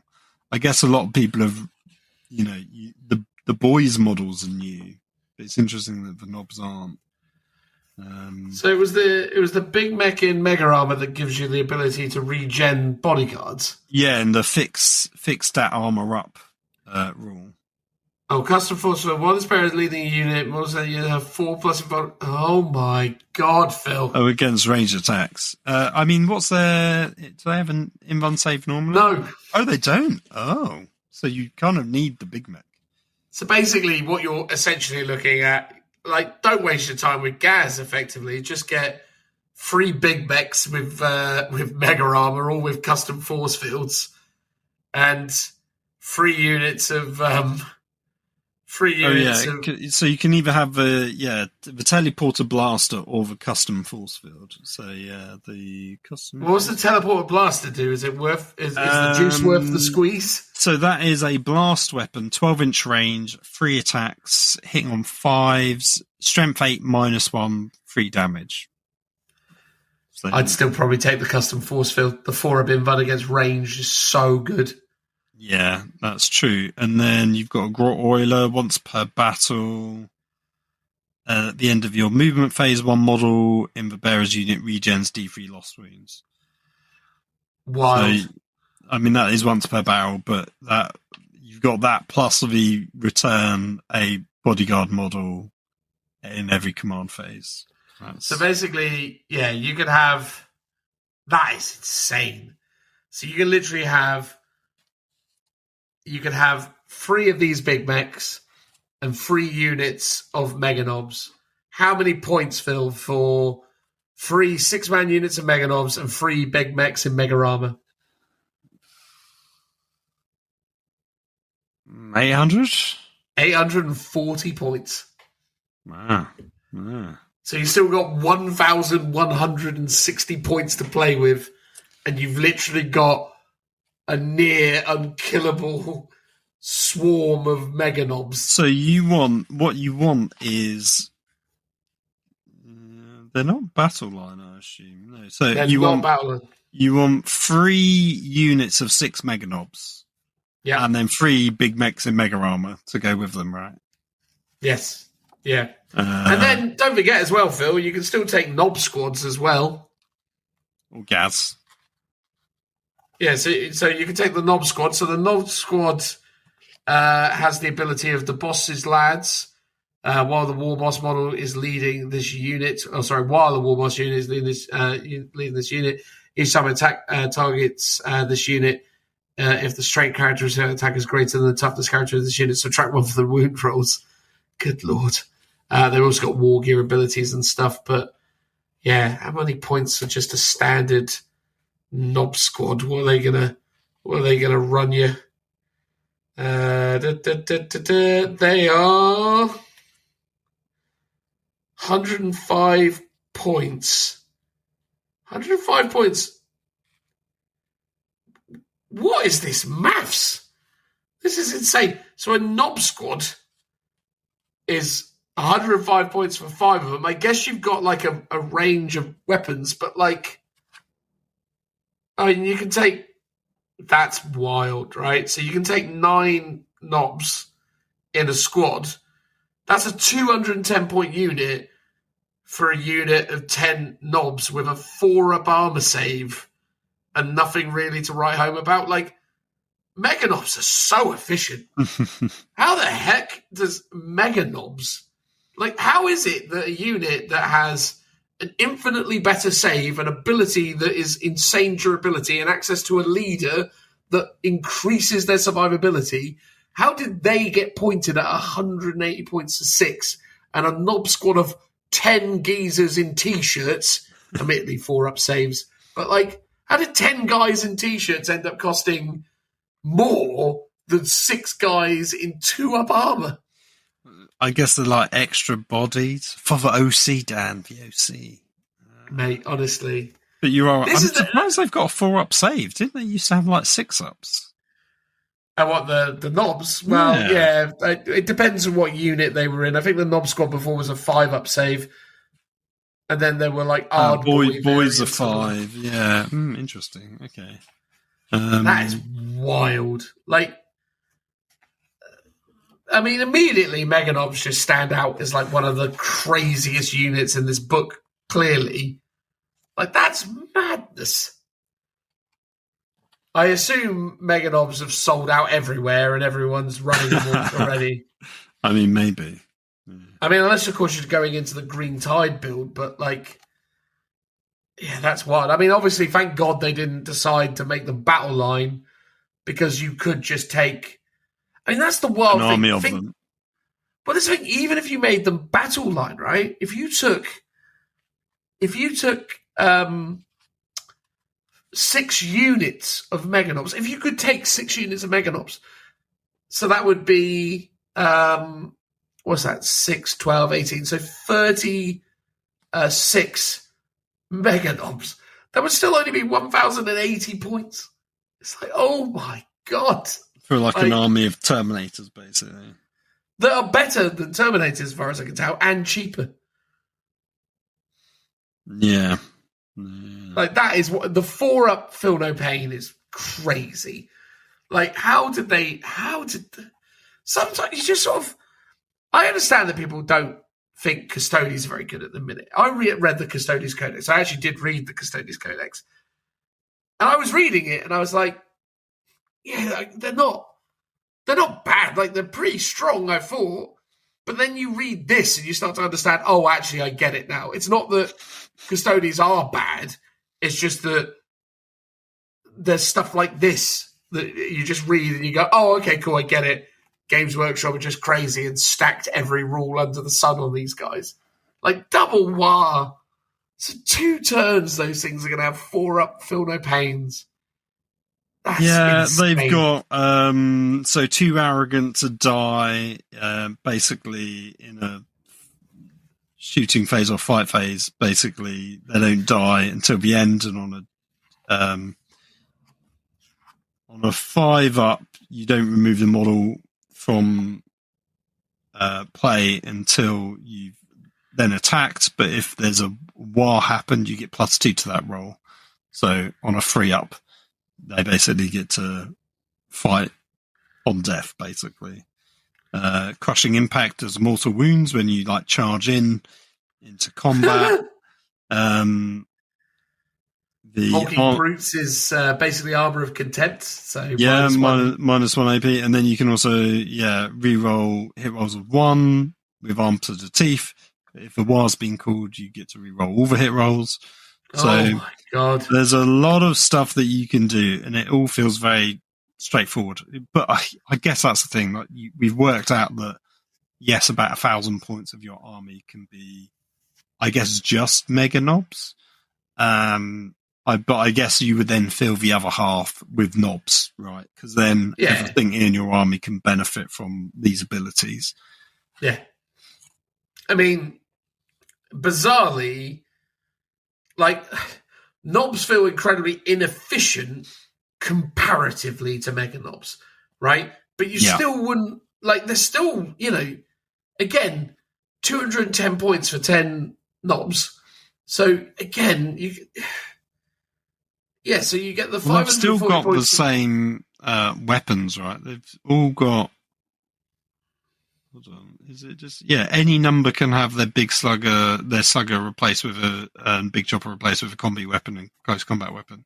So they've still got the same combi weapons, which is basically anti-infantry 4+ that then does devastating wounds. It's like that's really good. Really good. That is, especially against Custodies that don't get any saves against them anymore. It's like, so what about your armor? Have some devastating wounds. And this is the thing, in the case of the Knob Squad, every one of them is going to have combi weapon, power claw, isn't it? That's going to be what you're doing. Actually, can you do it? No, only the. If you taking the combi weapon, you've got to have a just close combat weapon. But you can replace your big chopper with a power claw. Yeah, so any number of models can have their big chopper replaced with a power claw. Yeah, but you can't then change you've got to change your slugger and big chopper to turn it into a combi weapon and close combat weapon. So you can't have a power claw and a combi weapon. It's sort of like an either or. I still get power claw all day long. Just because you've got advanced charge. Yes, I guess if you want to get stuck into combat, because ultimately that's what you're going to be doing, right? Then yes, because that's way better. That's where the orcs do their work, right? That is wild. And again, like I say, if you take... So you can take... madness.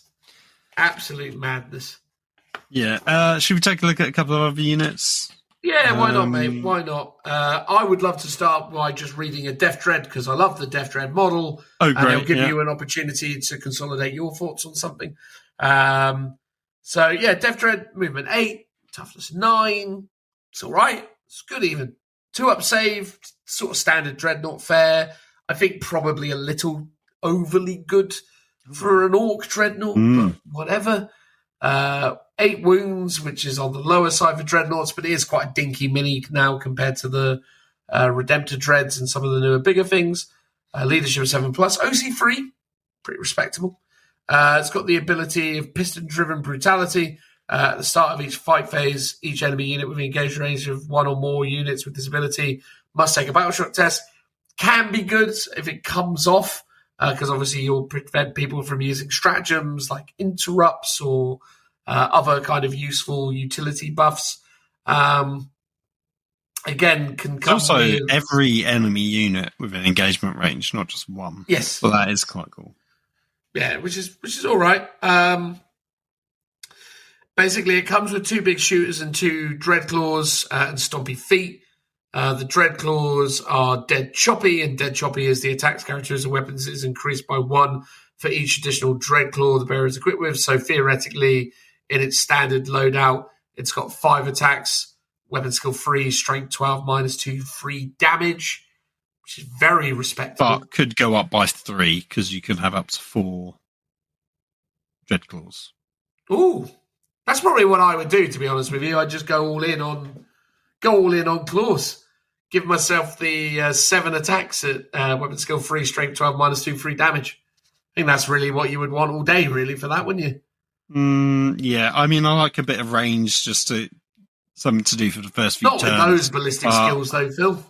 Well, yes, that is true. I mean, it is. I mean, which of the ranged weapons would you take? Would you take the shooter, the blaster, the rocket launcher, or the Scorcher? I suppose you'd probably look at the Scorcher, I guess, but... Well, the Scorcher just also hits, but I quite like the custom Mega Blaster because that is... I mean, it is hazardous, but it's 3 attacks, hitting on 5s, strength 9, -2, d6 damage. So if you want a bit of long-range anti-tank, anti-heavy stuff, that's probably the one to go for. But then I guess maybe you'd just prefer to get stuck into combat with your flat free damage.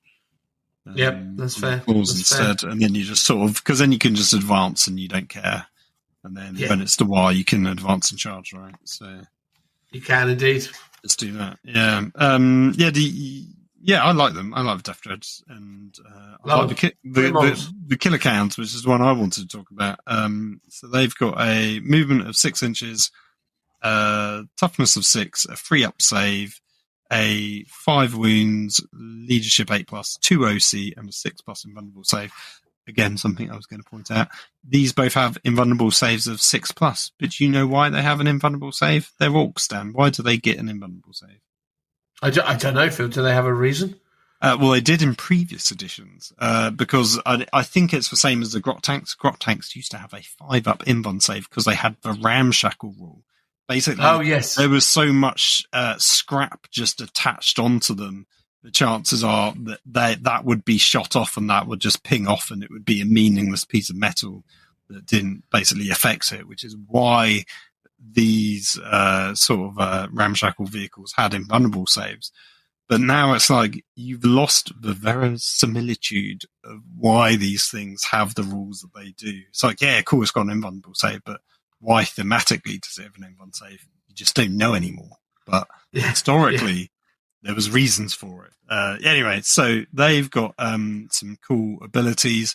So they've got the shooty power trip. So each time this unit is selected to shoot, you can roll 1d6. Again, some nice randomness. On a roll of 1 to 2, this unit suffers d6 mortal wounds, which feels quite punishing. On a 3 to 4 until the end of that phase, add 1 to the strength characteristic of ranged weapons equipped by models in that unit. And on a 5 to 6, you can add 1 to the attacks characteristic of ranged weapons equipped by models in that unit. So, I mean, that's kind of cool. And then they can come in units of 3 to 6. They are armed with a can shooter and can claws. The Killer Can's can shooter can be replaced with a Grotzuka rocket launcher or a Scorcher. So, Yeah, I mean, I don't know which is the best one. I think maybe rocket launchers are quite fun. Yeah, I mean, rocket The launchers. can shooter probably... has devastating wounds, though. Oof.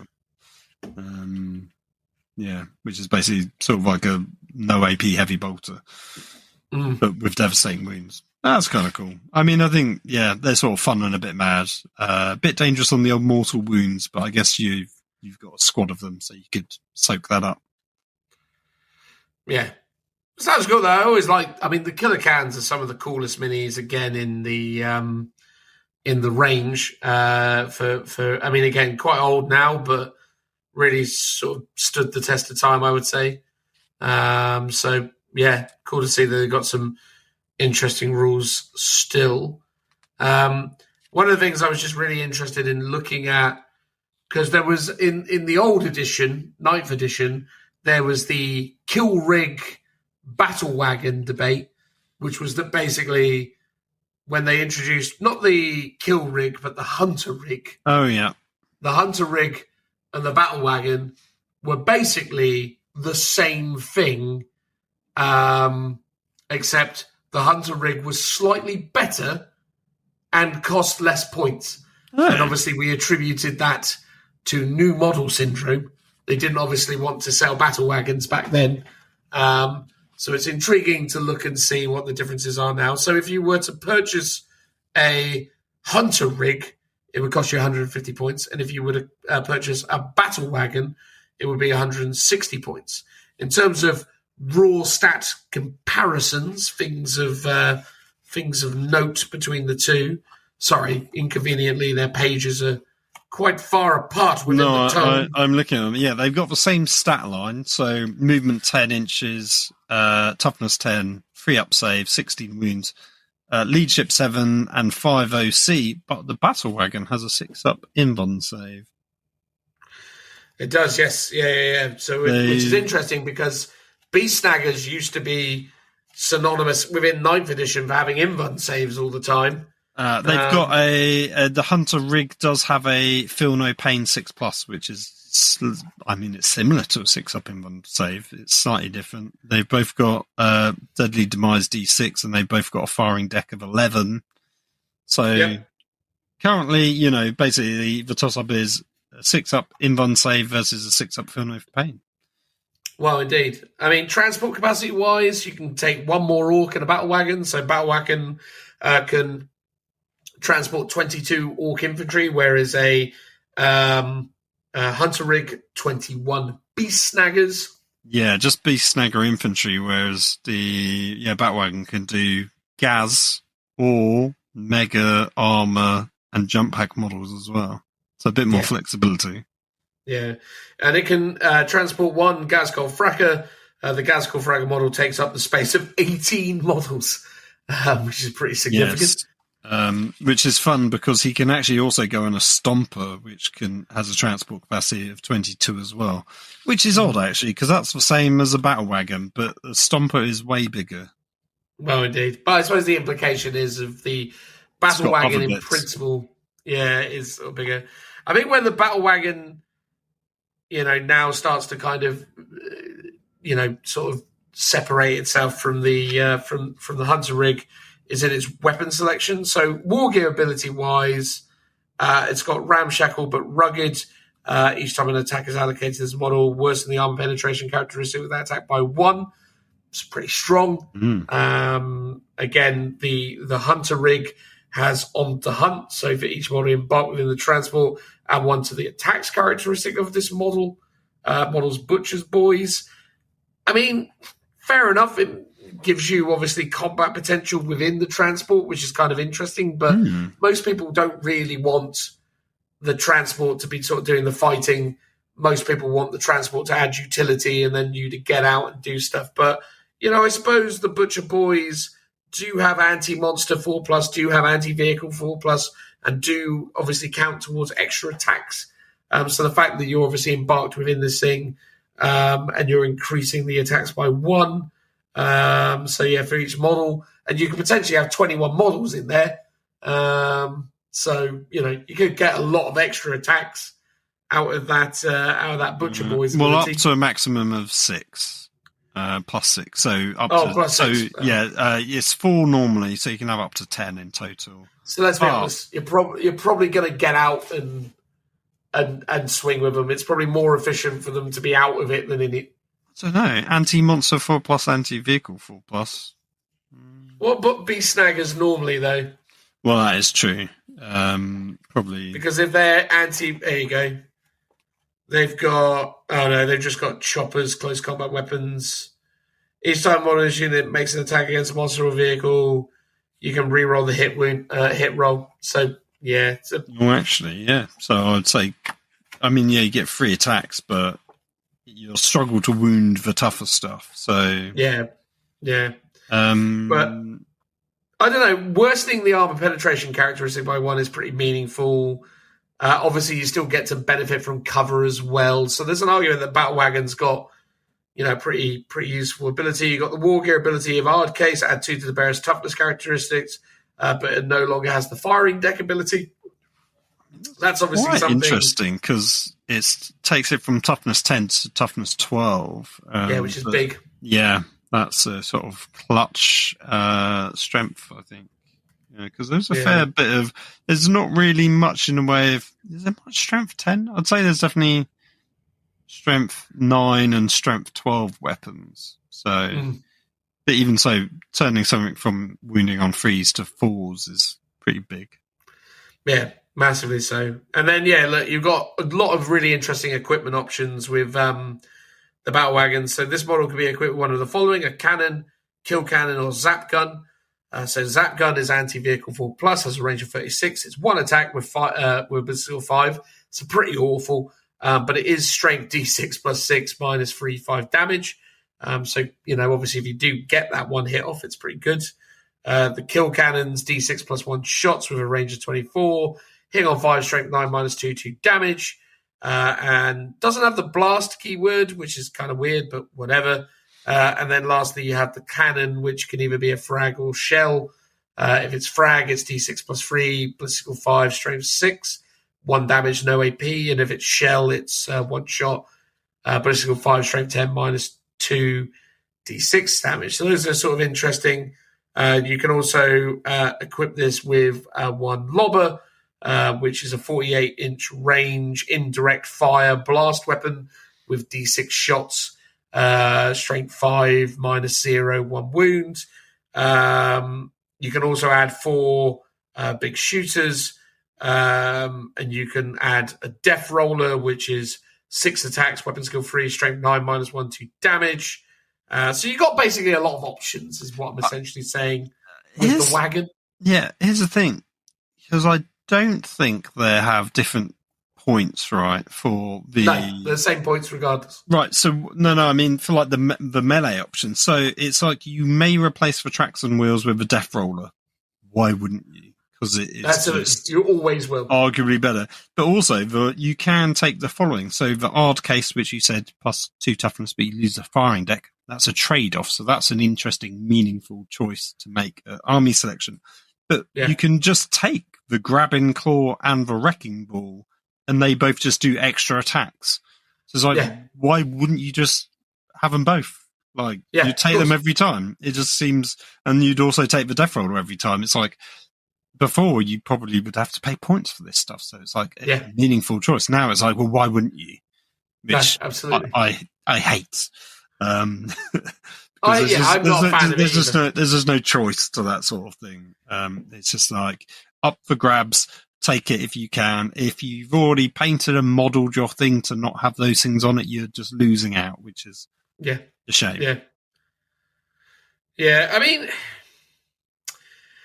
mean, ultimately, it's a real toss-up between the two. I think for me, the Battle Wagon, because of the flexibility of the types of units it can take, and obviously its melee profiles with all the extra attacks and death roller stuff, its shooting profile is nothing to write home about. I mean, again, if you look at the Hunter rig, you got the heavy lobber, which is D6 shots, strength 6, AB 0, but 2 damage, but hitting on 5s. That does have blast and indirect fire. And then you've got the sticker cannon, which is a anti-monster 2+, anti-vehicle 2+, snagged. So snagged is a universal special rule for weapons, but it says it underneath it, which is each time the weapon scores a hit against a monster or vehicle until the end of the turn, if the bearer selects that unit as a target of a charge, add 2 to the charge rolls made for the bearer. An enemy unit cannot use the Overwatch stratagem. So that's really good. Really strong. I suppose the thing about the Hunter rig is that if you've got a Hunter rig with 10 snaggers in it, you're going to be getting your 10 attacks out of the Butcher Boys. You've still got your Savage Horn, and you've still got your Sword Blades as well. So there's lots of attacks in there, lots of stuff that can, sort of sweeten the pot, so to speak. I suppose basically now it's much more. I think it's really going to come down to the choice between these two options is really going to come down to how much value you put in snaggers. And looking at snaggers at the moment, they're definitely not as, certainly the infantry ones, they're not as sexy, at least to me, as they used to be. It felt like snaggers were really, really strong in 9th edition, almost like they were new models that they were trying to sell. Whereas now, they seem all right, but I'm not sure when I look at snaggers that I'm looking at something that really kind of speaks to me in the same way as it might have done. I mean, again, you paid 20 points more for snaggers. They're 105 points, whereas boys are 85. And really all you're getting for the extra investment is the Feel No Pain 6+. Your save is now 5+. Yeah, snaggers used to feel a lot more terrifying in 9th Ed. They seem a bit underwhelming now, I would say. Mm. I mean, I'm sure they're still very good, and I'm sure people will play them and have great success with them. And if they do, they probably will be taking transports. So yeah, maybe. But it feels like, I don't know, the Battle Wagon just feels like it's got a little bit more pep in its step for me, a bit more flex, Yeah, true. That's true. I was going to say, the other option is the Morkanaut and Gorkanaut, because they've got transport capacity of 12, so not quite as many. They're pretty good in combat. They both got the same claw of Mork or Gork, which is... Well, actually, the attacks changes. So if you have a Morkanaut, it's 4 attacks under the strike profile and 12 under sweep, but for the Gorkanaut, it's 5 attacks and 14. But it's hitting on freeze, strength 18, -3, 6 damage for the strike. Or, with the 12 or 15 attacks, it's hitting on freeze, strength 8, -1, 2 damage. So both pretty good. One of them gives you +1 to your hit rolls in shooting attacks when the war's been called. The other one gives you +1 to hit from ranged attacks when the war's called. And they've both got a ton of cool shooting options, where you can roll up to 20. Oh my god. So range 36, 20 attacks with the Death Storm Mega Shooter, but it's rapid fire 10. so within half range, which is 18, range 18, you're doing 30 shots. Hitting on 5s, but 4s if the war's been called. Strength 6, -1, AP 1 damage. It's but you're towing 12 people around in it, which is pretty cool. That's really cool, to be fair. Which could give you 6 Meganobs. Annoyingly, not enough to have a character with them as well, which is a bit of a shame. Which how they suffer. Well, it feels like a slight oversight, because normally they always give you the option for models with the max of the units plus 1 or 2 extra for a character to go with them. So it's yes, it can transport 12 orc inventories, which I guess would be a squad of 10 plus 1, but it doesn't give you a squad of 6 plus 1 for mega armor, because they are 2 models each. I guess you could do a squad of 4 plus 1. Yeah, I'm just checking the unit composition again for the Meganob squad, because minimum's 2. maximum 6, but sometimes there's interesting divisibles within those. So yeah, so you can have just 2 to 6 meganobs. Yeah, so basically you can either have 2 or you can have 6 by the looks of it. There's no in between. What, really? Yeah. No, surely not. No, well. Oh no, I think that's 2-2-2-2-6. Yeah. Well, let me just check. Oh, interestingly, because unit composition for knobs says 4 to 9. So does it mean 4? Because sometimes it normally says. Where's one that gives you a difference? Oh, so no, there is actually, no. The difference is in the points, because the points will give you the banding. Because yes, you technically can take for example, 5 mega knobs, but the points will be the same between 5 and 6. So you can take 5 mega knobs. So you can take 5, and then so you could take 5, then add the character. But you're paying the points for 6, right? Or is it? Mega knobs is per.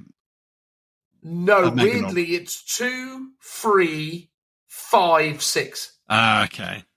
So, yeah, you'd want 5 plus a big mech. Yeah, which makes sense, which is 2 boxes, because the big mech in Mega Armor is part of the Mega Knobs kit. Oh, is it? Yeah. That is, it's in the box, basically. Okay, cool. Which, checks out. If you're doing the Mega Knob army, either you're buying 6 boxes, so as you can do 3 units of 5 with the mechs, which are included in those 6 boxes, or you're buying 7 boxes to do 3 units of 6, and then an extra few, mechs, basically.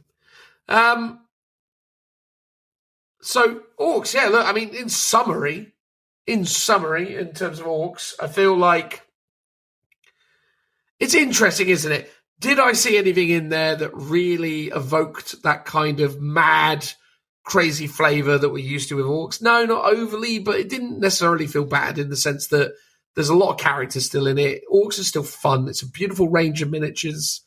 Some of them a little older than others now, but interesting detachments, some that are a bit throwaway, some that you're probably not going to see, especially, and some that you're obviously going to see a lot. I think Green Tide and the Elite Knob version are definitely going to be quite prevalent. Overall, I think, it's very clear to see that orcs are very strong and going to be strong for a while, at least until some balanced data slates and things come into effect to kind of try and neutralize them. It seems that they've gone very cheap on the points, which makes sense. Orcs have always been quite horde heavy, and you can lean into that horde meta. I just think that the concern to me is it feels like you're going to be dealing with quite a lot of stuff in this army, which has often been the case for orc players, but it feels like within the context of 10th edition, it's going to be aggressively more so. So, it's going to really come down to, if you want to play these orcs, what are you going to do to kind of make that experience more streamlined? How are you going to, make that more manageable for you as a player? But overall, I think, they've done a good job by them. I think it's great that orcs are in a good spot.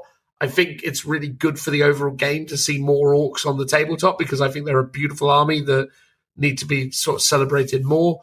I'm just hopeful that, people who collect and play them really kind of embody the spirit of the army and continue to kind of lean into that. But I dare say a lot of people will just be looking at some of the more aggressively competitive options and, playing it that way, which is also totally reasonable and an absolutely fair and justifiable reason to play an army. But overall, nothing particularly remarkable to say other than they seem really strong, and I'm sure there's all manner of combos and filthiness that we haven't even begun to understand, and I'm sure there's a lot there for people to discover. So in summary, orcs be fun.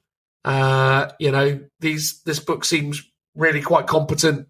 So I'm looking forward to seeing what people bring to life with the Orc Codex. What's your vibe, Phil? What's the What's the takeaways? I mean, I've had some fun sort of theory crafting some lists. Obviously, the Meganob list sounds fun, and I quite like the idea that they're all being transported in the Morkanauts and Gorkanauts. However, the dream army would be the grot tanks and the mega tanks. I do like the dread mob overall with the killer cans and the dreads there because I think they're cool. I was just looking up because obviously the Gretchen are battle line in the dread mob. For 480 points, you could take 120 Gretchen. And you've still got plenty of room for other stuff. So I think if you have a lot of time with some contrast paint, you can paint up a lot of Gretchen, is all I'm saying. But on a more serious note, I mean, there's saying, I think it has lost some of the historical theming that it used to have. There's still some fun elements in there. Some seem a bit bland. Some seem a bit punishing in terms of killer cans doing D6 mortal wounds to itself on a roll of 1 and a 2. That seems a bit mad. Overall, I mean, there's some fun things to build. I think if you're an Orc player, you're going to be pretty happy, I would say, for this edition. Obviously, a lot of stuff has moved to Legends, which is a real shame, and the fact that you're missing characters that would have been around since the dawn of time, basically, that's a real shame, and I hope those will come back at some point. And you're sort of maybe losing about some of the thematic flavour of the sub-factions, but that's the world of 10th edition. But I mean, overall, there's pretty cool stuff in there. So, yeah, I mean, time to buy some kill cans and death dreads. That's what I'm going to say. Absolutely. I think, definitely going to see a lot more Orc players in the not too distant future. And nice to see, by the way, just for the sake of saying it, nice to see that the boss bunker is still in there as well. I saw. Just to be honest, the Stomper looks hilarious. Like the amount of firepower that can put out looks brilliant. And boss bunker is basically the head of a Stomper, isn't it? Yeah, I think that's the thing. Like, I think ultimately, it's I think Orcs are in a good spot. You're definitely going to see a lot of them. Again, the thing is that the problem is like, they're very tough, they're very durable, and they're very affordable in terms of, or rather very cheap to put on the tabletop. Not to purchase. I mean, ultimately, if you're looking to get into Orcs, it strikes me that they're going to be a very expensive army to get to the 2,000 point limit. I mean, again, we were saying, you want to do the Meganob army and get yourself, 540 points worth of Meganobs. Well, that's 6 boxes at £42.50 a go. So that's £255 for a quarter of your army. Definitely going to be paying a fair premium to reap the benefits of that potential power. Only, obviously, for GW to change the rules in 2 years' time.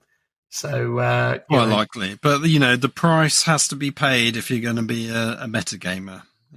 Well, that's it. That's it. That is the nature of the game, isn't it? If you want to be chasing that meta, it comes at a price. But thanks everyone for checking it out. Hopefully you enjoyed it. That is us talking about Orcs. Overall, seems really strong. Well done to all of you faithful Orc fans. Finally, your time has come.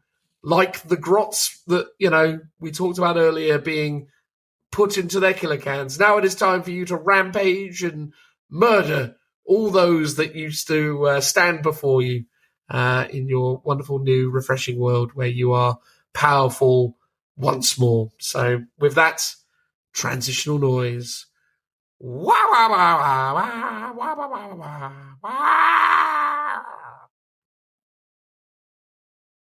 All right, in this part of the podcast, we're going to talk about Age of Sigmar, but not Age of Sigmar 4. No, not once, not twice, but thrice. Age of Sigmar free, of course. And we're talking about Age of Sigmar free because myself and various participants within the Lookout Sir 40K podcast will be heading up to Nottingham very soon for a campaign weekend in celebration of Timothy, although Timothy isn't here. But Phil is, aren't you, Phil? Hello, Phil. Hello.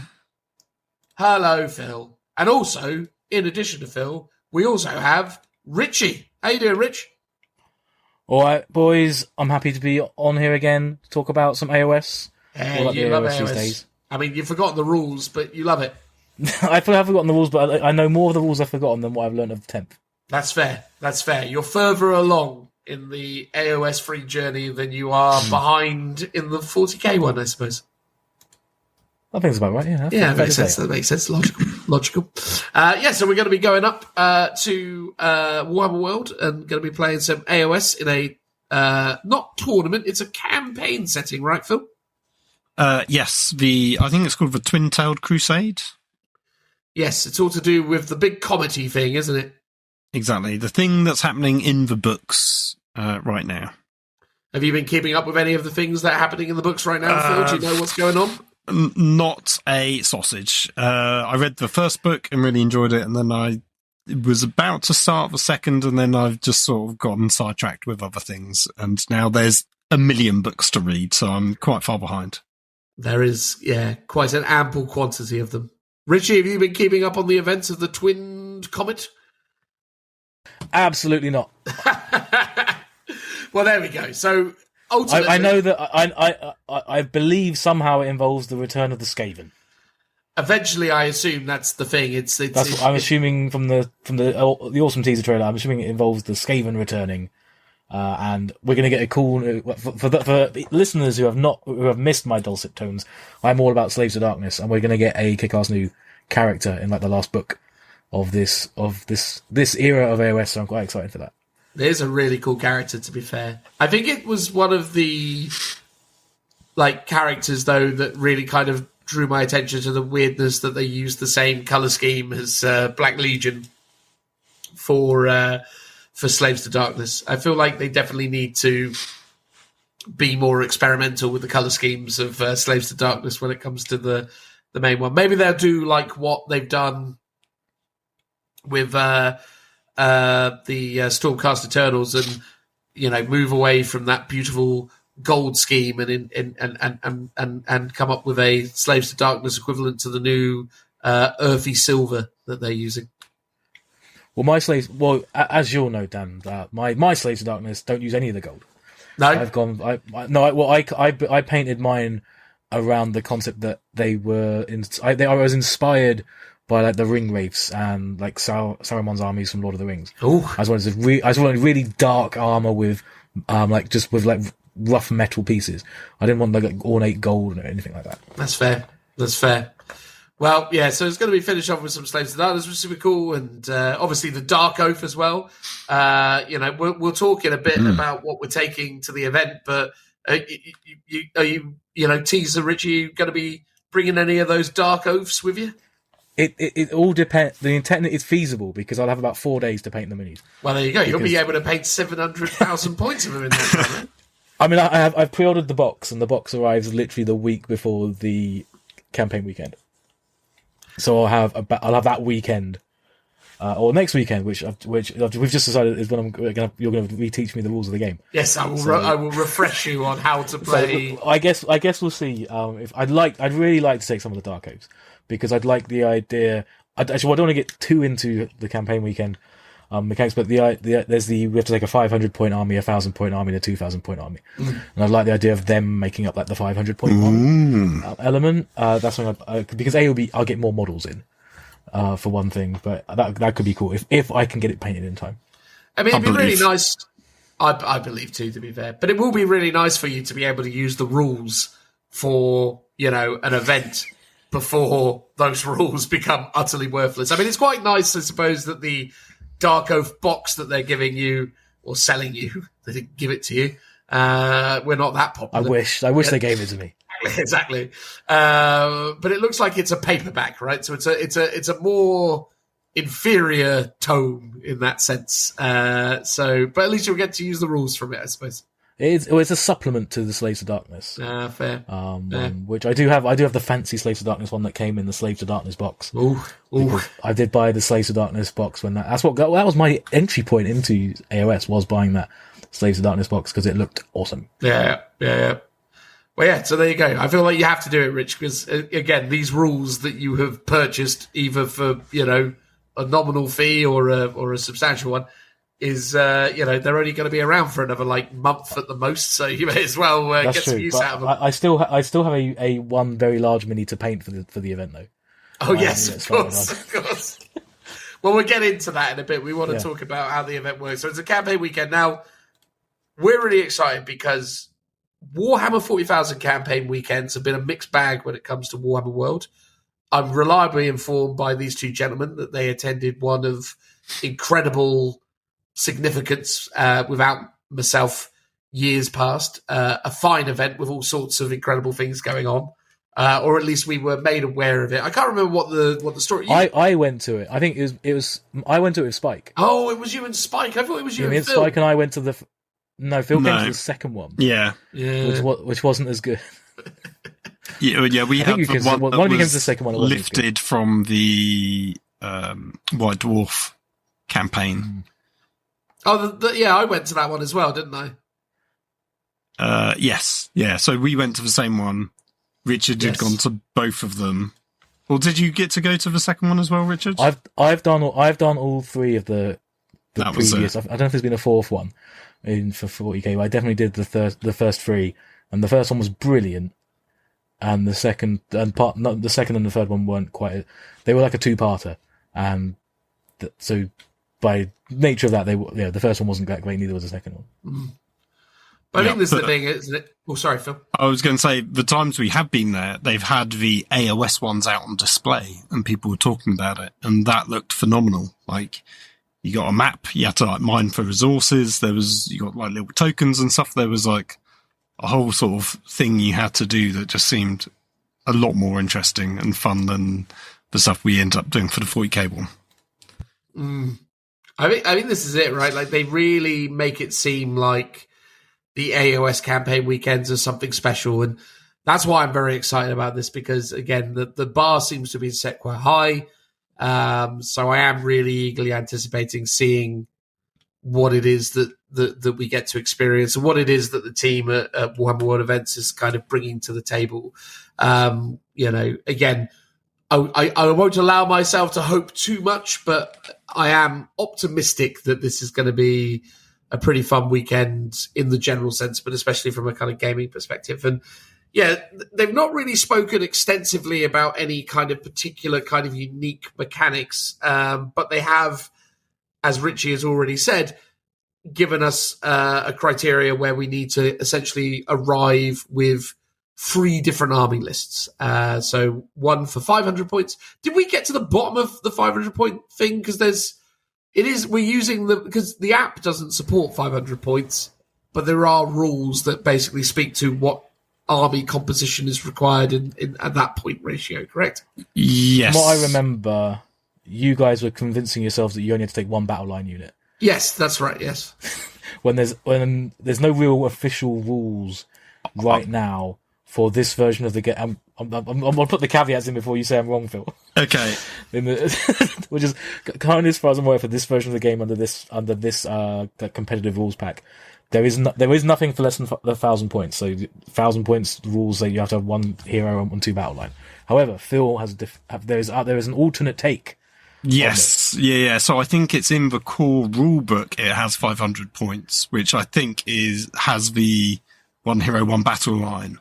But as you say, it's not the GHB that we're playing for this event, although weirdly, I assume we're using the General's Handbook for this event, and we're going to be using it but I presume we won't be using it for the missions. I assume all the missions are going to be custom. But instead we're just going to be using it for the general, the points, the magic, locuses and stuff like that. But yeah, the bit about the actual the profile and the restrictions, so who knows? We should have really emailed them to ask. I'm going to email them now and ask the question. We're going to get a real-time response from them. I'm sure. I doubt we'll get a real-time response. What is it? What is it? Warhammer World? Warhammer World events. Yeah, yeah. PLC. Yeah, man. We'd be good to get an answer to that side of things. But yeah, so 500 points. So we each have to construct a 500-point army. You may need to have 2 battle line. You may not. Were there any other restrictions that we're aware of? It's not like Highlander, is it, or whatever? No, nothing like that. But the 500-point army can be of a different faction than the rest of your army, whereas the 1,000 and 2,000 points have to be the same faction. It has to be from the same, whatever they call destruction. Grand Alliance, that's the one. So I'm assuming it's if you've got an army of giants, you have more options for what that 500 points would be. But we don't know, but I'm going to email them now. There you go.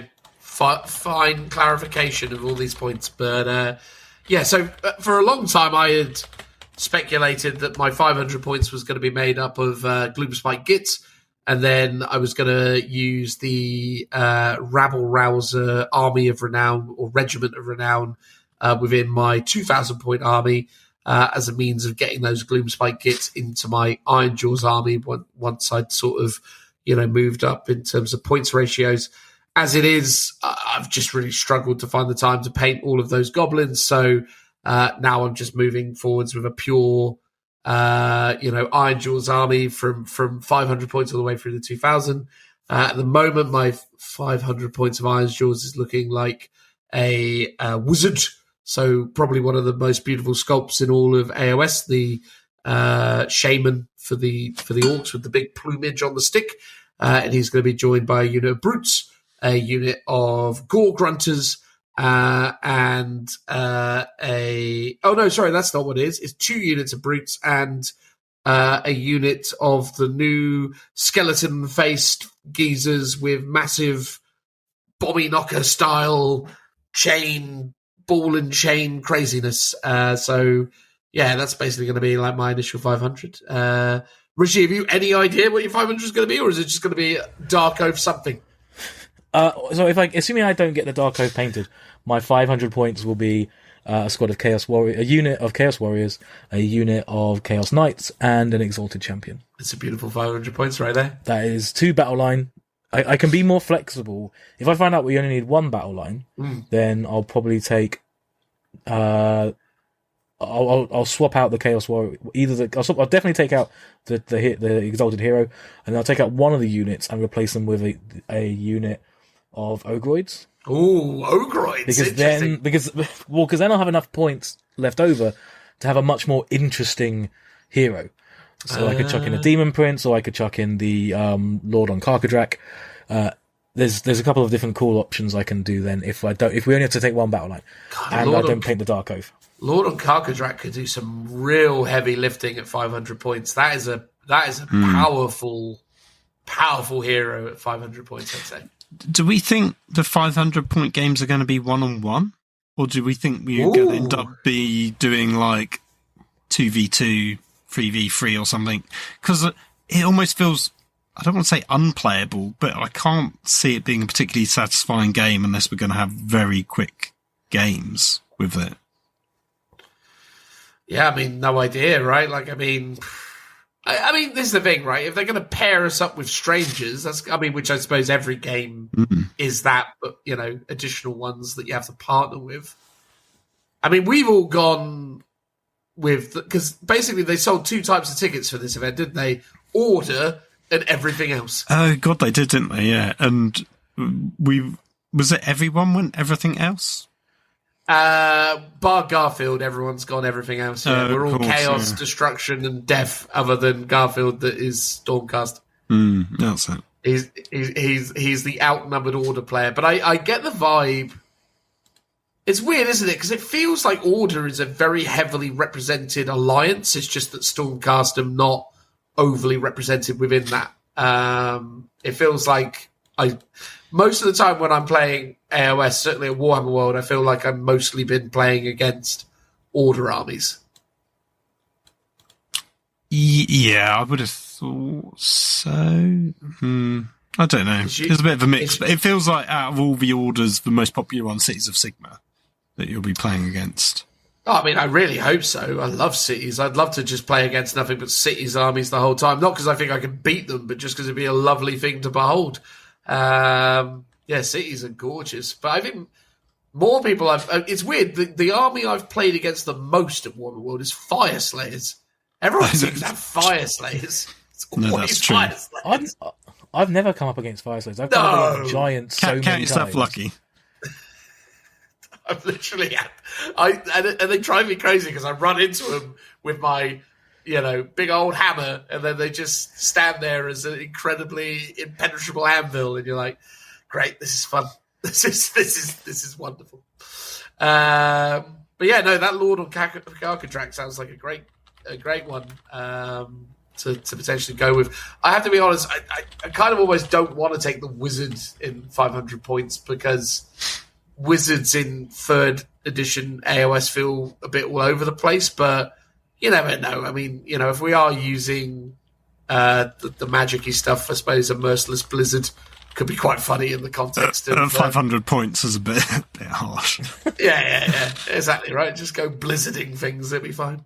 How about you, Phil? You got a beat on what your 500 is? Yeah, I literally just totted something up. So it's either the Knight of Shrouds on Ethereal Steed or Rykon or the Grim Hailer. He's slightly more points, but still gets me under. Plus, he's a wizard.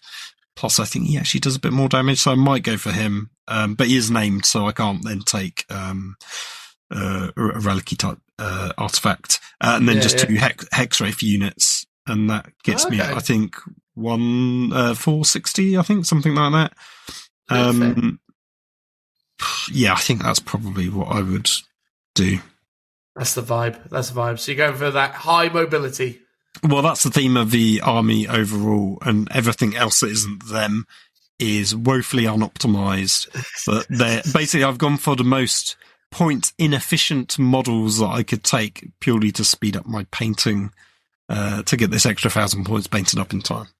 That's fair.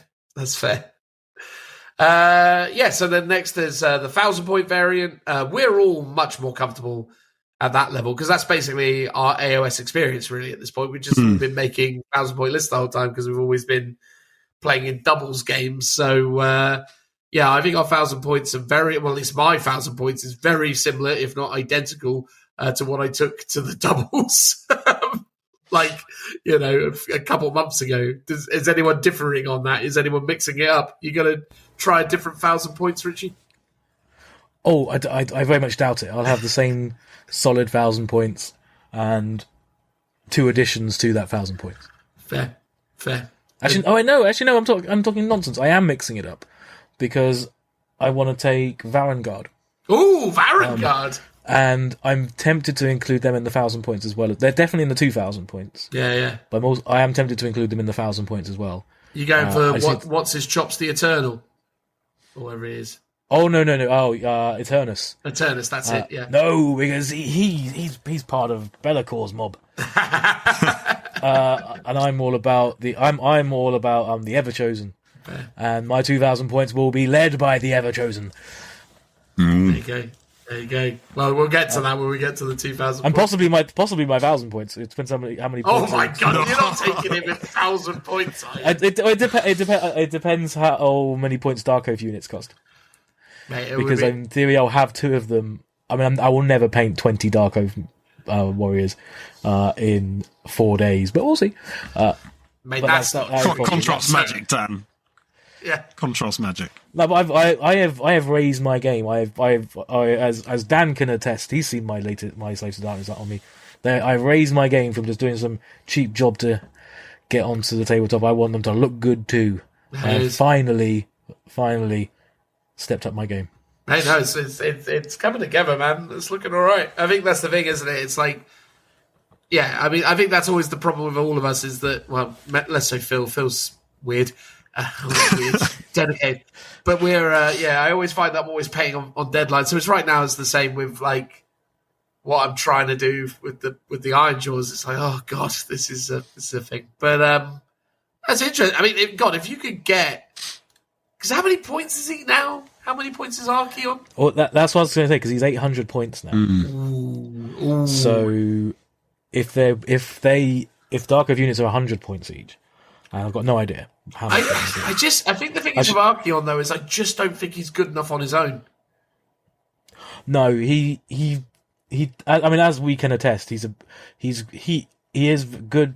He's well pointed from our games we've played because he's kind of swingy and he's not. He is expensive at 800 points, but he's not going to stomp his way through everything.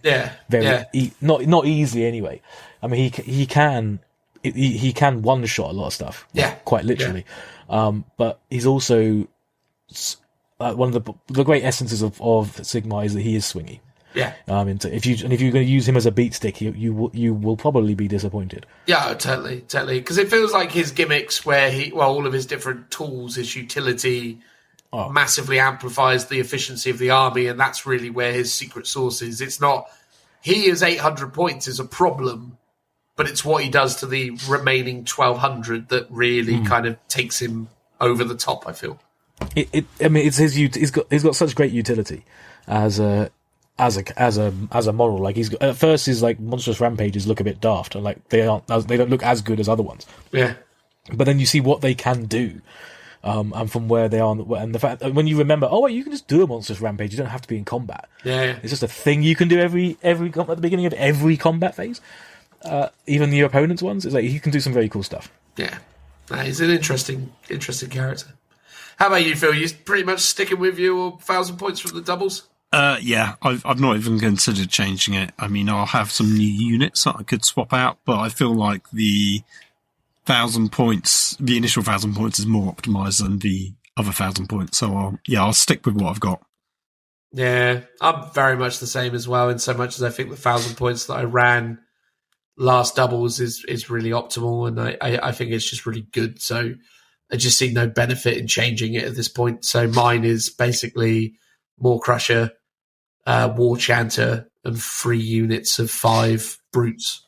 That's it. And they're ran in the choppers, so they all get the +1 damage benefit of the War Chanter, which is really, really quite strong. So yeah, that's the vibe at 1,000. But yeah, 2,000. This is not uncharted territory for us because we all play or have played. Well, Phil less so, but we have been able to play 2,000 point armies with unpainted miniatures. True. But this is us picking 2,000 points to paint. It's fair to say we've, or at least I and Phil certainly have been looking at it from an efficiency standpoint. But yeah, what's taken you from that 1,000 to 2,000, Phil? What are you doing? So the 1,000 points is the Guardian of Souls. He's the Lantern guy. The Knight of Shrouds on Ethereal Steed, Reich Lenore of Grim Hailer, and the 3 units of Hex Wraiths plus the Burning Heads and the spell. So that's my initial 1,000 points. Then the extra apologies stuff. for forgetting to ask you what that was, Phil. That was terribly that's bad fine because it's all one and the same as part of this 2,000 list. Then I've got 2 units of Glaive Wraith Stalkers, universally the worst. What are you going to say, Richard? I was going to ask were you not going to take the Purple Sun? No, I mean I've thought about it. I don't really have the points in this list. But I mean, worst case scenario. I always love it when you use the Purple Sun against me, Phil. I always loved it when you used it against me. Oh, I know. God, it's too soon. It's still too soon. Anyway, the Glaive Wraith Stalkers, some of the worst units in the Nighthaunt, but they're cool minis. One of them's going to be reinforced, so they're 8 instead of 4-man units. Then the Dreadblade Harrow, he's another little leader unit on horseback. Then I've got the Underworld's Warband, so I've got the Wielder of the Blade plus the Headsman's Curse, which is a 4-man unit that costs a whopping 200 points. Well, there you go, the value. I know. So I've just finished painting them in the Glaive Wraith Stalkers today. And then lastly, the thing I still need to do and have 2 weeks to build and paint is a Kronspine Incarnate of Gur, which is going to be like a conversion project. Although I was moments ago just looking up online to see if it was actually available to buy, and I was like, I could just build and paint one and be done with it, and it would look quite good with some purple swirls, a bit like what I did with the Burning Head. But part of me likes the idea of the theme of the conversion that I've committed to. I mean, that is true, but you could just buy one. How much are they? The I think it was like 35 quid, something like mate, that. Just buy a cron spine. Don't do it to yourself. 37.50, yeah. Just buy one, Phil. Come on, mate. Like, I mean, I'm not being funny. I really like what you're talking about, but you're so up against it from a time perspective. I know, but then I'm stuck with a project I've got all the bits for and want to do, and a cron spine that I'll then not really need afterwards. So, well, you can just sell it. Nah, I mean, true. I'm not a huge fan of doing those sorts of things, but maybe, because here's the thing: the idea of the cursed hangman's tree initially was always going to be a purple sun, but then I realised, well, I could actually, it's big enough to be a cron spine, so I mean, I could still then use it as a purple sun. But I almost like the idea of having it as the cron spine, and then, because I actually quite like the purple sun mini as well, always getting that if I needed it as an extra thing. But yeah, that puts me under 1960 points. So Ooh. I've got room for, not quite enough room for an endless, well, I've got room for an endless spell, not quite the purple sun, Richard, sadly. Well, you can take out the burning head and then put the purple sun in. How much is the purple sun now? 80, isn't it? It's 80, so I'd be 20 short, basically. But, I mean, your one that you've got, which is the pendulum, is quite a good one, but I'd have to buy that. It might be possible to buy it online and try and squeeze that one in instead. But again, it's something else to paint up, which I don't have time for. So, I don't know. Maybe. Well, I mean, mine probably isn't good enough for you. It probably doesn't meet your high expectations, but I can't get it in my 2,000 point list. So, I do have one. Is it not on your 1,000 point list though? No, it isn't. No, I couldn't get it in my 1,000 point list either. I don't, at the moment, I don't actually have endless spells because I just ended up just opting to have the triumph or whatever, or trying to see if I got the triumph. So, yeah, because my 2,000... Well, sorry, Phil, have you finished describing your 2,000 points before? I have indeed, yeah. It just seemed like natural progression to say, because you were asking. So, yeah, my 2,000 points is interesting because they just literally reduced the points. So we didn't really actually get a chance to talk about this before, but obviously AOS has just had a balance update, which is super interesting because obviously the game is so near done. The update is quite interesting. But anyway, long story short, I'm going for Mega Boss, and the Mega Boss is built the way that I normally build them these days, which is quite hard hitting, but also quite durable. So he's got the Rip Tooth Fist and sword and stuff. So basically, he's got the free up armor save. He's also got the Armor of Gork, which gives him the 6-up ward and the +1 to hit with melee weapons, but he basically loses 2 from his movement. 3 units of brutes, those are my battle line units. Then I've got 1 reinforced unit of Gore Grunters, so 6 Gore Grunters. Then I've also got Gordrak, an Auric War Chanter, the Weird Knob Shaman, and then a Weird Brute Wreckers. So with all of that, cumulatively, I am 30 points under at the moment. I could put a Gravetide in. If I put the Gravetide in, then I'd be bang on 2,000 points, but I'm not sure if I want to take the End the Spell because basically my Shaman isn't going to really ever be in an optimal position to use it in any effective manner. And I just don't really want to take the wizard version of the Maw Crusher because you just have to put a bunch of resources into that, and I think it never quite stacks up. In terms of like battalions, not that anyone's mentioned their ones, I've basically done the Battle Regiment and the Command Entourage. So I'm a total of 4 drops in that army. Okay. Yeah, I mean, I've not worked out my battalions yet and sort of warlord traits and stuff. I think I need to go through and finalise that. Yeah. But I mean, I'm excited for it. I think my hope is And, if any of my opponents are listening to this that happen to face me at Warhammer World, so be it. But my hope is that people will let me go first. I mean, quite often I think that's the general tactic. Yes. People want to go second. Yes. Yeah. So I've kind of built the army around the idea of I want to go first. Brilliant. Because I can basically send 2 more crushers and a unit of 6 pigs into you turn 1. So that's a pretty hard hit to take in a turn. Nice. Yeah.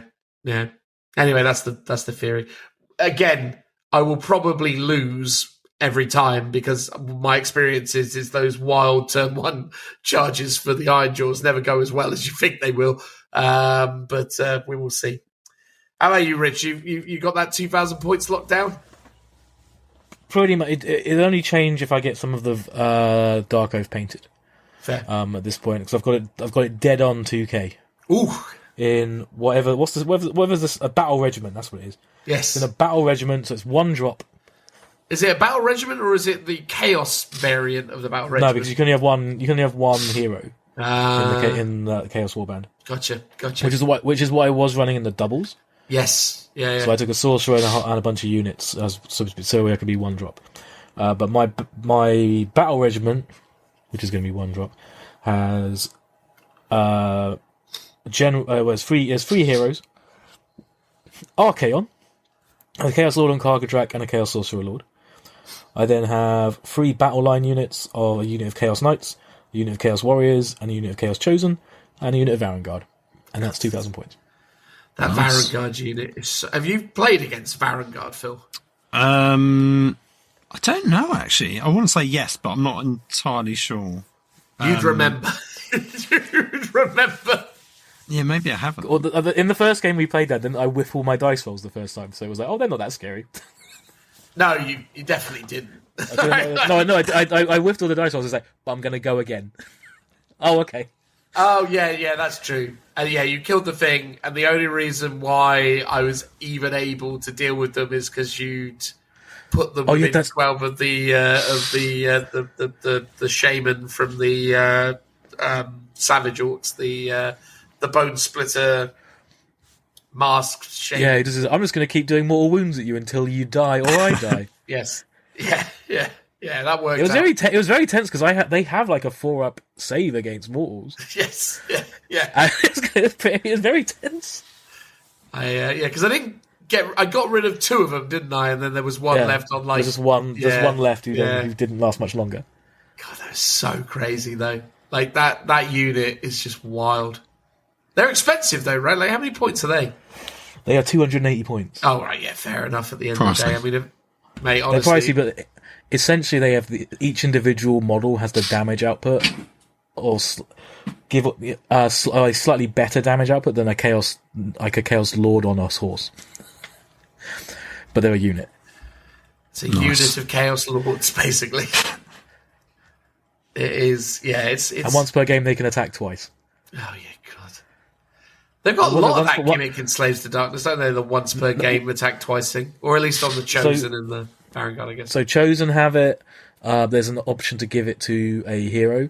Usually with Slaves to Darkness, so they take the more measured 3rd edition approach, which is that you fight twice, but the second time has to be in the fight last step. Yeah. Except the Varangard, however, is the only unit where they can just fight a second time in the fight phase. Wow! So you can so it can be immediately. It can be when it can be whether you. So it's an interesting kind of potential threat because you don't have to do it. It's just because with the fight, with all the other abilities to fight a second time, you have to declare it immediately. Like I'm going to fight twice. Mm. Whereas with the Varangard, it's just like, yeah, I'll let you know at some point. I'm going to do it. That's wild, isn't it? But yeah, no, it's pretty fun. We came up against when we did the doubles, me and Danvers. This guy had, I think he either had 2 or 3 units of Varangard. No. Yeah, I think it's 3. He had 3 units of Varangard, and they were hella tough to deal with. Weren't in that doubles event? Weren't units meant to be capped at 2 duplicates? It might have been 2. It might have been 2 then. There was definitely at least 2 of them. And I don't know if they what other kind I'm not sure that only at least 2. I'm not sure that's true, Phil, because there's no rules in AOS for max unit sizes, right? Like, or max unit counts. So you could have a whole army of one thing, not characters specifically, but you could theoretically take the same thing over and over and over again. The point being was that they are very. What Devon's and I found out was they are hella tough. Yeah. But like most things, they can't kill a 10-man unit of Nurgle Chaos Warriors. Oh god, they'll just get stuck in that tar pit. Yeah, that Nurgle unit of Chaos Warriors is so annoying. Devon and I came up against a unit of a 20-strong unit of them. Me and we Sean very played the exact same people after you, and it was difficult, mate. It was not. We only had one shot against beating them, which was to kill so many of them that they'd fail their rally test and run away. But I forget what it was. I think he just rolled our opponent rolled well on the dice and they didn't run away, and then they fell back and then they all came back. Then it's like, okay, classic AOS fun. But yeah, so that's basically it in terms of what we're taking, what the general event's all about. We'll be back next episode to give you the rundown on how it went. Maybe Tim and others will join us. It'll be quite fun, I suppose. So yeah, we'll see who we can get to come along and wrap it up. But yeah, Richie. So it's just So I'm putting my hand up. I didn't want to interrupt. I don't know when this is going out or if it will be true, but currently there are still tickets available, or tickets have been returned. So people can still buy a ticket. If we know anyone who wanted to go but didn't have a ticket yet, or if anyone else does. Nice. Depending on when this goes out, it might be if it goes out and they've sold out now. I'm sorry. At the moment of recording, there were still tickets. Yeah, so this goes out Saturday, the 4th of May. And this they'll probably be gone by then. Well, yeah, because the event's the weekend of the 11th and 12th, isn't it? Yeah, it's just the week before. Yeah, yeah. So yeah. But yeah, you never know. I mean, if you're listening to this on Saturday, Sunday, 4th or 5th of May, you never know. Take a chance, I suppose. See what happens. Well, exactly. There's sometimes some very last minute dropouts as well. Oh, always. That's just inevitable, isn't it, with events, really? But probably not worth gambling and travelling down or up to Nottingham for. True. If you just happen to be near enough, though, maybe it's worth a try. It's interesting, isn't it, how I don't know, I'm really excited and interested to see how AOS 4 catches and whether or not we see a real uptick in terms of interest. But I think, obviously, it's a combination of factors, this event, because one, it's Age of Sigmar, which is obviously less popular than 40k, and two, it's narrative campaign gaming, which is obviously way less exciting than, competitive gaming. For some. For some, for sure, but I suppose for most event goers, I would say a majority of event goers like the tournament format, right? Fair. And I guess there's also the fact that it's right at the end of an edition as well, so some people might just be like, I'm just not fussed, I'll wait until the new edition drops and then play more then. Yeah. Richie, of the Dark Oath stuff, are you going to prioritise the weird cow creature? So I don't... Possibly. Because I don't know. I either want to wait for that book. I mean, by the time this goes out, the book will have been...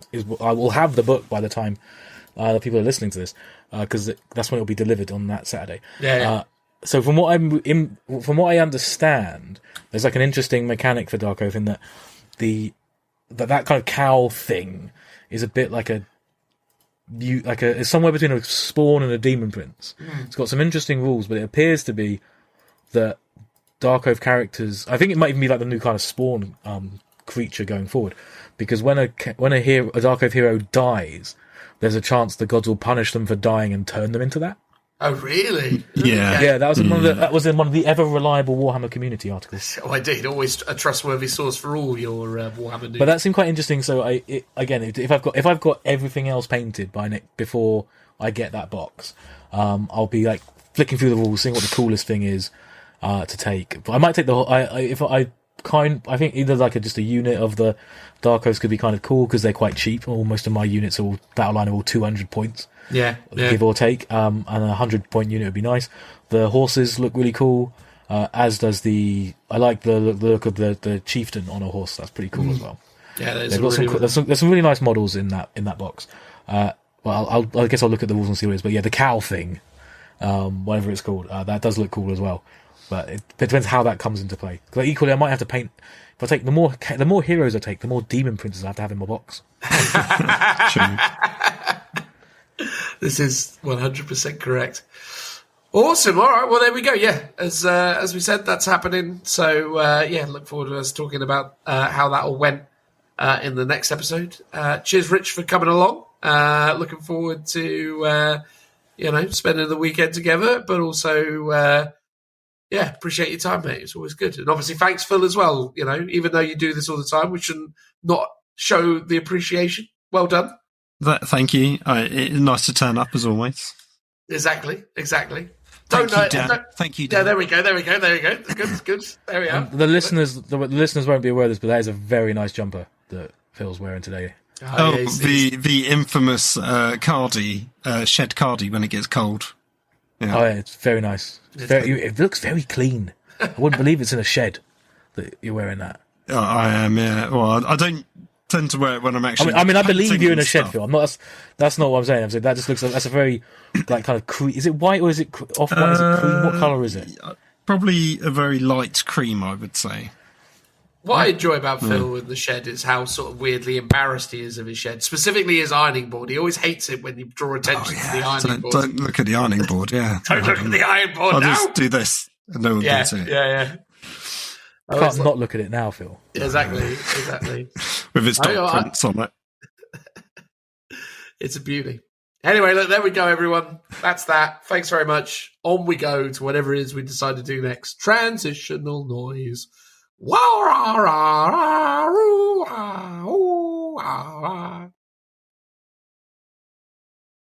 Outros are always a really interesting thing because obviously it's an opportunity for me and Phil to catch up and talk about general events in the hobby. The only problem is we recorded the last outro like not very long ago at all. So And we're recording this intro quite early on in the cycle, basically. So this is like the first part of this podcast that we're recording. So both me and Phil right now are looking a bit perplexed because we're like, what are we actually going to talk about? That's kind of like what I guess we're going to try and figure out, right, Phil? Yes. I will let you start, Dan. You let me start. You didn't have any burning topics or things that you wanted to bring to the table? Did you see, Phil, that there's a guy on eBay selling the Elder Codex artwork from 2nd edition, and they want hundreds of thousands of pounds for it? Well, specifically £100,000, yeah. Yeah, well, that which is in itself hundreds of thousands of pounds. Yes, yeah. Yes, yeah. I mean, I saw it. Yeah, interesting price point. I mean, it's a gorgeous bit of artwork. Do you think it's worth £100,000? The original Elder artwork? Is there any artwork in the entire pantheon of Games Workshop artistry that you would pay £100,000 to acquire the original of? No, because I don't have that money. But if you did have that money, Phil, I know I was being mocked this morning for my summary of the situation as if I could have just afforded it, but obviously I can't. But is it if for example you could get, I don't know, again within the world of Forge World, a lot of the kind of cover art is all photography based. Photography based. There's a lot of sort of when I was a teenager sort of era. So around the time of that Codex, which was it 2nd or 3rd edition? 2nd edition cover, right? That was the Elder one. 2nd edition. So stuff around that time, but maybe not necessarily even from 40k. Like I really liked I think it was 3rd edition Blood Bowl artwork. Like, that was very cool. Or some of the Man of War artwork I remember having as a poster. That was very cool. I'm sure What was on the something poster of the Man of War? What was featured on it? I'm trying to remember which one it was. I remember I think it's just a bunch of ships battling each other, and there's some close-ups of people. I have to come clean, cool Phil. ones, I thought when you said Man of War, in my head I immediately went to Dogs of War, and then I was about to start, throwing out a bunch of factoids about the Dogs of War. But carry on. Talk about the ship game. The Dogs of War Codex is also really cool. But yeah, I think there was two. There was obviously Plague Fleet, and there was another illustration with a dwarf on it on a ship that was also very cool. I liked those. The Blood Bowl one was very cool. Obviously, More Time cover art is really fantastic, and that'd be quite cool to see, like, full scale. I'm not a big fan of the central character in that artwork. Yeah, no, I can understand that. Yeah, I think as a composition piece as a whole, I think there's lots of really interesting stuff to look at. But yeah, the lead person probably doesn't do it for me. In fact, I think I've just worked out the piece of artwork I would love to own: the cover of Hero Quest. I mean, to be fair, remember there was a piece of artwork. Yeah, if there was a piece of artwork that could be sold for hundreds of thousands of pounds within the Games Workshop selection, that's definitely it, isn't it? That's probably one of the most iconic that they have, yeah.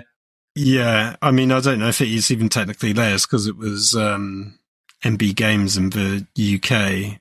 Then I think Hasbro has the rights now, but I presume they wouldn't have the rights to that artwork, so that might still be with Games Workshop. I'm not sure. I guess it's a bit of lots of legal loopholes with that one. Yeah, quite possibly. What piece of artwork would you go for?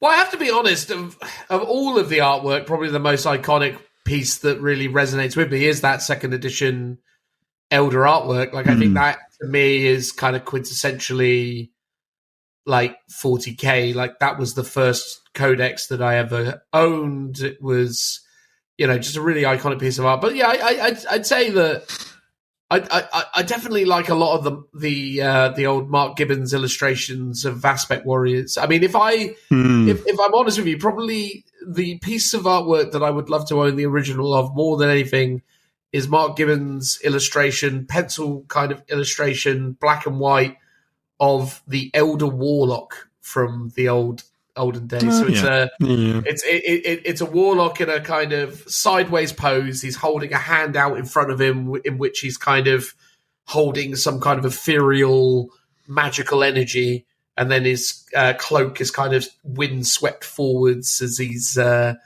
holding a sword. And it's just and again it shows the profile of his mask, and it's a very beautiful image. It was the image I probably replicated the most as a young aspiring illustrator, like when I would because inevitably you always ended up copying like pictures out of the books and trying to replicate them.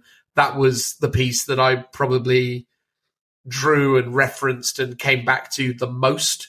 So yeah, I think on balance that's the piece I would probably want to own more than anything. But he did some stunning pieces for all the Aspect Warriors. And subsequently, well, some of the Phoenix Lord artwork isn't quite as good as some of the other ones, but certainly the classic image of Karandras, the Shadow Hunter, the striking Scorpion Exarch, as he's pouncing down on his prey. I think that's a really beautiful piece. But yeah, I'd say that Elder Warlock piece by Mr. Gibbons would be my essential purchase if I could have but one. But certainly the second edition Elder cover is up there. But I mean, obviously, I'm not in possession of hundreds of thousands of pounds, thus I shan't be buying it. But and I'll be honest, if I had only £100,000 to my name, I certainly wouldn't be taking it all and spending it on that. But well done to those who are more fortunate than me and who've been able to accrue many more monies over the course of their existence. I hope some of you are eager fans of that kind of thing and are able to put it somewhere for yours and your collective friends' enjoyment, I suppose. But I've got a print of that artwork So close enough, I guess. Well, exactly. You can just pretend it's the original. I can. That's what I'll do. What I'll do is I'll get a price tag and I'll put it on it and I'll write £100,000 and I'll just be like, there you go. It's basically the same thing. Exactly. Yeah. That's Exactly. brilliant. Well, indeed. Very much so. So yeah, beyond that, I mean, at the moment, obviously we've just... well, actually, this is something that at the time of recording, I'm not sure you know this yet, Phil. So I'm going to throw something at you that will be a matter of fact or should be a matter of fact by the time this podcast goes out. But right now, I'm not sure you know this yet. Okay, I'm curious to know what this will be. Grot tanks are in Legends now, Phil. I saw, yeah. He saw. I know, I was a bit upset by that. I went to double check to see if Custodes had anything shifted to Legends in panic for my event where I'll be taking them later this year. Yeah. Possibly, yeah. So far, that hasn't been the case, and I don't know if it's just because I haven't released the Legends for Custodes or if they're still in that unique special place where they're not going to Legends, or at least this edition they're not. Who knows? Yeah, Grot tanks, very sad. We can obviously pull one out for them. Part of me, yeah, I wouldn't mind if Legends were in the app. That's the biggest thing, because it's a gatekeeper to actually playing Legends units in the way that Games Workshop actually wants you to play them. Like, they want you to subscribe to their app. They want you to use that app and not a third-party provider like Battlescribe.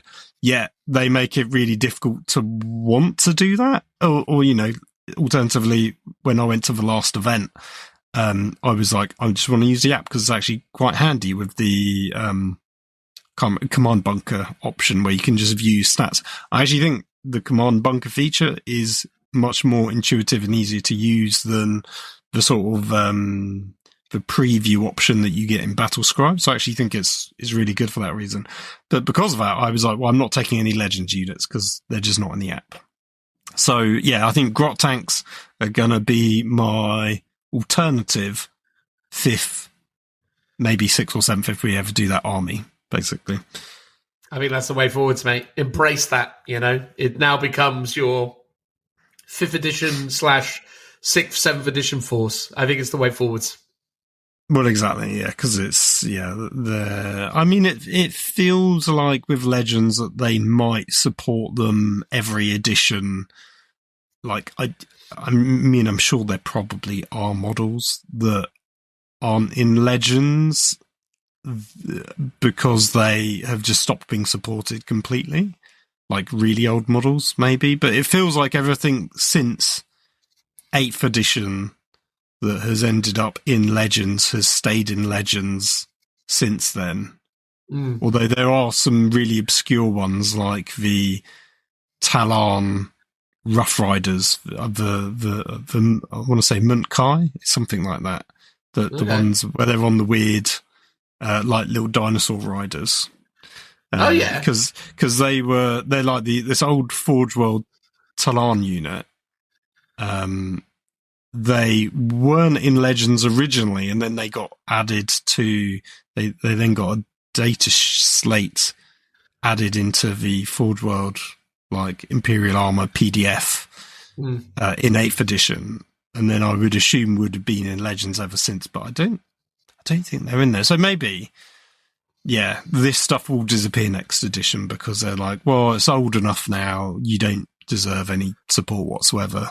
I would like it if Legends is just an ever-growing back catalogue of minis throughout time and history preserved to be playable in every single edition. That'd be fantastic. And heck, they could even make it, you know, I mean, this is quite awful, but it could even be Warhammer Plus subscriber accessed only, right? Yeah, no, that's terrible. That's a terrible thing. Don't advocate for that. That's awful. But if they want to justify like putting resources into something that they're not able to make any monetary value for, they could do something like that. or at least just have it on the app. And obviously people will be encouraged to support the app by paying for it, even though there is obviously a free version. Was there anything in there that you were sad to go to Legends, or you don't care because it's Orcs? I only got the headline, which is Grot Tanks, and I'll be honest, I heard about the Grot Tanks through a chat where I assumed that the information had come prematurely, shall we say. So that's why I was talking about it with...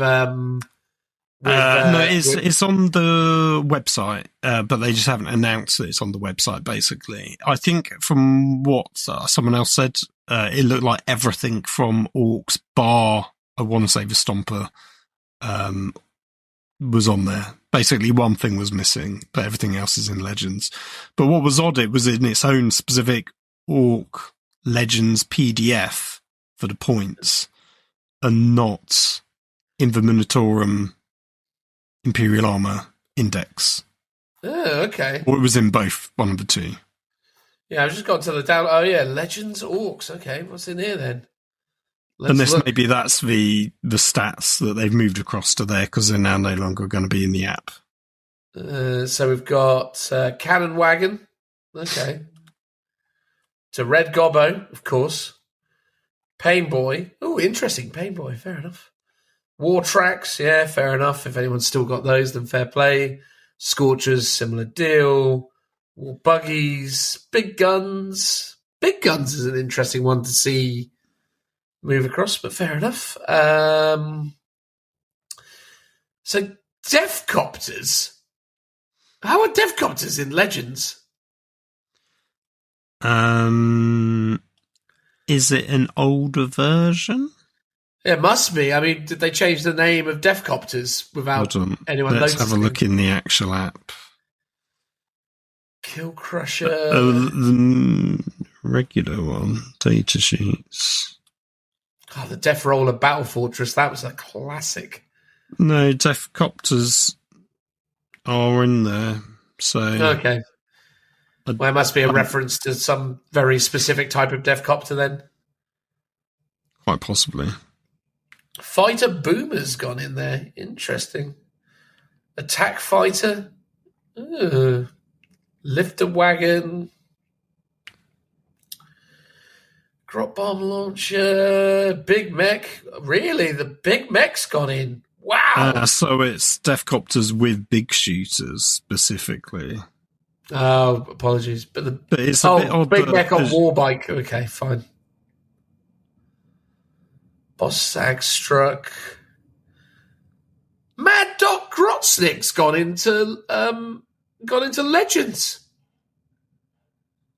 That's crazy. Right.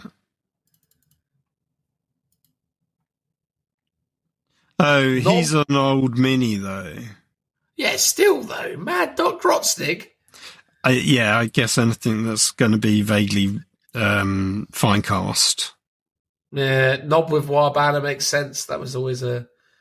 Mech Boy Workshop's got in. Oh, my God. Oh, no. The old, or not so old... Scenery kit, terrain piece. Yeah. Okay, Big Mech with custom force fields. No! Captain Badrook! I'd heard about that beforehand, that he was going. But it makes sense, because he's fine cast. I still, mate, come on. But he's Badrook. Like quintessential character. Yeah, I love Badrook. He's Mega like Dread. The best one. This is a humongous list, isn't it? Big Track. Again, War Boss on Warbike makes sense. Knobs on Warbikes makes sense. Okay. Yeah, that's a huge list of things, isn't it? Yes. Yeah, it's... I wonder how the Orc players will feel about that. I mean, it feels like while there's a lot of these are quite niche units, squig-offs in there. Okay. There is also something else I probably can tell you from this secret chat group of mine that we won't talk about, but because again, it'll be public domain by the time this goes out. Looks like Custodies have gotten quite a bit cheaper, Phil. Well, I mean, I'm not. Are you saying cheaper than the Codex points, or cheaper than the Correct. current points? Cheaper than the current points. God, Yeah, quite a bit. Oh, no. Way to ruin my army, guys. Thank you. Yeah. I mean, because here's the thing. I actually like the fact that they've gone up in points in the actual codex. Well, you did, because you're looking at it going, that's less fun to warriors. Well, exactly. I know, but also it does make them more of an elite army, which is what you want. Yeah, but the rules just don't reflect that. That's the problem. They've tweaked the rules in such a way that they've lost a lot of their luster. Yes, the points are kind of representative of that. Yeah, and the only easy option for them to do is to make the army balance via the points rather than an FAQ or an errata to fix a lot of stuff they took away. I mean, that's a shame. It'd be interesting to see what they come out at. The thing is, genuinely, is that, in my humble opinion, I think Warhammer 40,000 10th edition doesn't have the tools to meaningfully showcase elite units. And I've said this all the way back in 8th edition. I think that the game mechanics of 8th, 9th, and 10th fundamentally massively benefit high numeracy. All of the rules, all of the missions, all of the elements of gameplay that essentially are prioritized in order to score victory is built in redundancy, or rather kind of it's all about trades, and it's all about having units that can be, sacrificed to accomplish goals while also, being utilized in utility type of functions to drive up points, right? So, you pull that investigate signals, you've got to get into the corners. You pull that deploy teleport homers, you've got to get into the middle and do an action. You got cleanse. All these sort of cards that they keep throwing at you all require you to have some redundancy in the list, or rather have units that are able to spend time completing and doing things. Now, within that play state space, you could argue that, like Custodes, for example, a really simple rule could have just been Custodes can do actions, but still charge afterwards, and all this other stuff, right? Like, they could have just said that, and then maybe that would have been a really interesting way to have just shown off their elite status.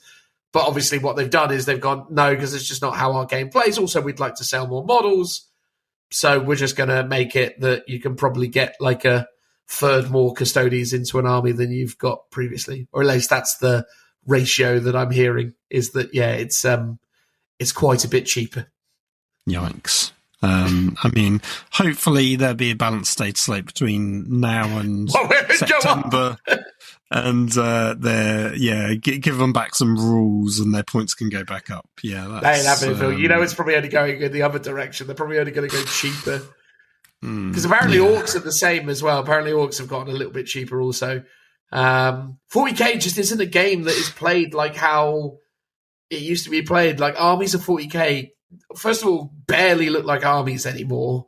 And also, it's all about footprints. It's all about loads of minis. It's all about multiple units. Like, 40k really now is a game where you have to have at least 15 units on the table in order to be, meaningfully competitive. Unless, of course, you're playing knights. But even then, knights massively fall off because they're not competitive in the mission structure. So the most knights players go armature heavy and then take a few assassins. So even then they still have like 12 armatures and a couple of assassins, right? So you might have to look at the Dark Angel option that we were talking about. I'll wait till we get the codex and I can probably we'll verify that. Look at it, and obviously the points will come out online anyway at some point. But tomorrow I think they're coming up. Oh, okay. Oh, that'd be something. So it'd be good to it'd be interesting to see what happens there. But yes, I need to get back to that project. But obviously we've got the Age of Sigmar stuff coming up, which we've obviously talked about already. We have. Well, we haven't, but we will have. Exactly. Timey-wimey. Timey-wimey. So, yes. Once Age of Sigmar's out the way, it'd be great to get back to the Thunder Warriors, because I'm It's quickly running out of time, but I believe it can happen. I believe. I'm telling you, buddy, like, we could write you a Deathwing army list right now that would be less models than your Custodes one.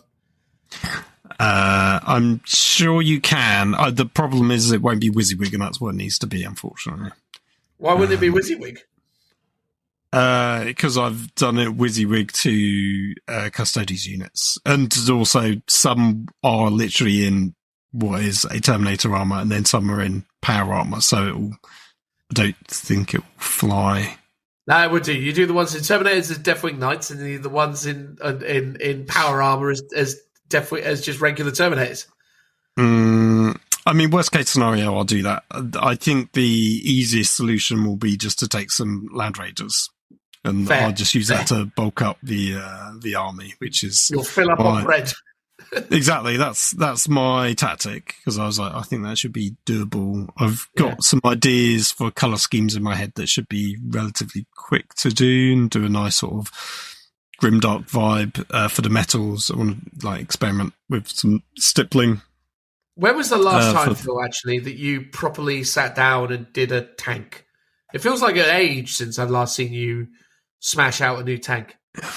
Yeah, the last one. I think I've done lots of bits for tanks. Yeah, you've done like little expansions to promote the yes, beyond the and I've like painted stuff like that. Yeah, the last tank I did was I did 3 Lehman Russes. Yeah. That were the Mars Alpha ones, and that would have been, I don't know, a couple of years ago now. That was, I think, the last vehicle I painted. I feel like it was that Marauder destroyer that you. I did some. I've done loads of stuff since then. I say loads. I definitely did the 3 Lehman Russes more recent than that. Okay. Trying to think about it now. Because I remember you did a really amazing, like, magnetizing job, which is totally pointless. Well, not pointless, because the las cannon heavy bolter element of it is still relevant, but obviously the defensive arrays is now just one defensive array, so it could be whatever. But yeah, you did a really good job on that repulsor for sure. So it'd be lovely to see that get painted. Yes, yeah. No, I want to do my some Minotaur vehicles. That's still on my list to do as well. I think it'd be quite good to have a go back to vehicles at some point, because that's almost my comfort zone of. It really is, man. It's quite funny. I still get people now like message me and be like, "Oh yeah, I still use your old YouTube videos," because they found it really useful for guard vehicles and stuff in terms of painting. Like probably the Gorgon was the most interesting one that I did, because that was like a proper project start to finish and covered loads of techniques, and you got to do like the insides, got to do like the interior cab detail and painted up the driver, and then I sealed him in forever to the point where you can't, unless you had a torchlight in there, you couldn't see all the painted work.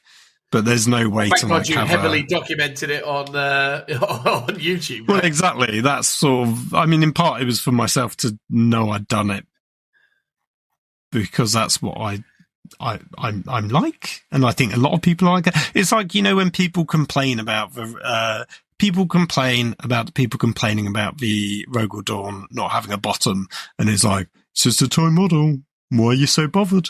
It's like, did you not know what Warhammer players are like, or modelers are like? It's like, we paint the insides of vehicles that you then seal in forever, and you never, or it's very hard to see. It's like, people get obsessed about sort of little bits of detail and stuff like that. So there was I think this was a quote from Jim Henson. I might be wrong about this, but he was doing a little interview about his movie The Dark Crystal. You remember The Dark Crystal, Phil? Yes.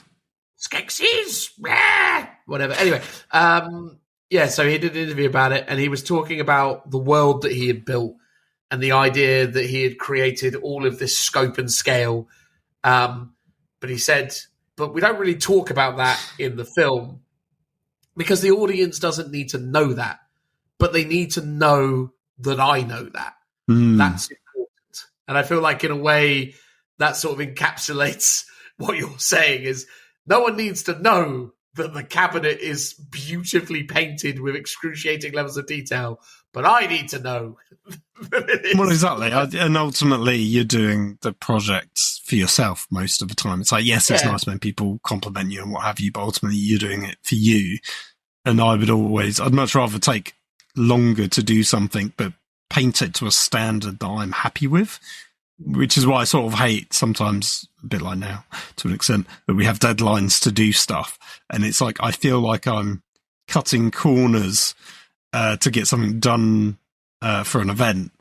Whereas I'd rather do it a touch slower, but to a higher detail. But to be fair, the stuff I'm currently working on, which is the Night Haunt, it's like I am doing that to the standard I'm happy with. And I can always go back later to do things like the highlights on them. Because I don't need it, really, I don't think. But they might look a bit nicer with them on. Yeah. No, totally, mate, totally. But I think it's cool. I think it's good that you put that level of detail into this stuff. And I think it's important for you to kind of stay true to that. But also I think it'd be really cool for you to kind of, like you say, if you're adding a couple of Land Raiders to the list, it'll be cool for you to have a chance to sort of, flex that muscle again, get back, get on the vehicle train once more. Yeah, so it'll be, because in a way I didn't want to do vehicles because I like the idea of them just being an infantry force. But I think I'll probably have to do a Land Raider. There's two problems with that. One is obviously I'm painting a gold Land Raider, which will be very similar to the bronze vehicles I'll be doing for the Minotaurs. Does it need to be gold, do you think? Do you feel like gold is the appropriate colour for the Land Raider for them? Because I always feel like, because even like it's transporting like Thunder Warriors, like you'd think that like, I mean, also as well, I mean, let's not get too deep into this discussion because I admit from the outset I'm not sure about this, and I'm sure you might not be sure either. When was the Land Raider first introduced? Wasn't that something that was, post the Unification Wars? I think I'm not entirely sure, but Land Raider Proteus, I think, was like one of the earliest versions. So that's the one I would be using. So it will be like kind of Crusade era. So it is the closest in time to what they would have had or could have used or have access to now. Because I guess it's, they're technically in the 41st millennium now via whatever reasons that they arrived there. So, timey-wimey, warpy stuff. Well, exactly. Encased in a stasis field is probably the most likely one, or warp shenanigans. It would be the simplest one. Who knows? But yeah, I mean, it doesn't necessarily need to be gold. That was my default. But I mean, part of me was very tempted to actually not paint them gold, and actually, because I've seen some very dark, just sort of metallic silver colours, like really almost like black metal, looking really good. But I sort of feel like that's deviating too much from the established lore. However, if Games Workshop was to ever do them, they would do them like Custodes now, where you could paint them however you want, because there would be different legions of them, and each one would have different armour. They wouldn't all just be gold, even though they normally always are gold. So I could justifiably come up with a logic to not have them in gold, but I sort of feel like I'm missing an opportunity if I'm not doing that. See, I genuinely don't think gold. I genuinely think, because you can obviously incorporate, like, the symbols of the Unification War. You can put that single. Is it a hawk or an eagle? It's still an eagle. It's just a single-headed eagle. Head. With the lightning bolts coming off of it, isn't it? Yeah, because you can have that, and then you could just, you could just do a really kind of like nice, like rusty metal, like rad desert. Lehman Russ, right? Not Lehman Russ, sorry, Land Raider. Like, because again, you could really lean into some of those like Blanjitsu elements where it's just like more of that kind of, because, the warriors themselves, maybe as they step out, they've got that golden armor and that aesthetic to them. But, but they turn up in something that is a bit more of a functional thing that's seen many wars and seen action. and isn't really a pristine. Because this is the thing. This is, I think, personally, one of the key differentials between Thunder Warriors and Astartes. Is the idea is the Astartes is they take absurd levels of pride in the artistry of war. They are always polishing their weapons, no puns intended, and they're always, making sure that when they march out to battle, everything is crisp and beautiful and done to the standard. Whereas it feels like with Thunder Warriors, there's much more of a brutal functionality to them in the way that they approach stuff. So I don't know. Like I genuinely feel like, because I agree with you. A big gold land raid is a very specific, and it doesn't really feel quite in line with how you kind of have painted things or how you like. Here's the thing: I would like with the regular Thunder Warriors, I would paint them gold, but I want to heavily weather them, so dripping in like oil washes and stuff like that. And I would, I guess, treat the vehicle in that same way. However, as you said, potentially a contrasting color would actually make it look a lot nicer. And I love units that aren't the typical color scheme. So Sons of Horus, you've got the Justarian Terminators are in black. Love that. You got the Deathwing Knights that are in like beige instead of green. It's like, I love units that are a different color for whatever reason than the core army. And it's like a nice visual point of difference. And potentially the vehicles would be a way to do that in this army. Potentially. I've also got the jet bikes as well, remember? So I've got those to paint up, and I need to think about, would I paint them in gold or would I paint them in a different colour? I kind of like the idea of them in gold because thematically they're called, so the riders in my head are called bolt riders because they're, so the idea of the jet bikes themselves being gold would be good because then they're like lightning bolts in the sky as they're flying around by being that color, whereas I guess that's less symbolic for a Land Raider to be gold for that same reason, whereas the jet bikes would be.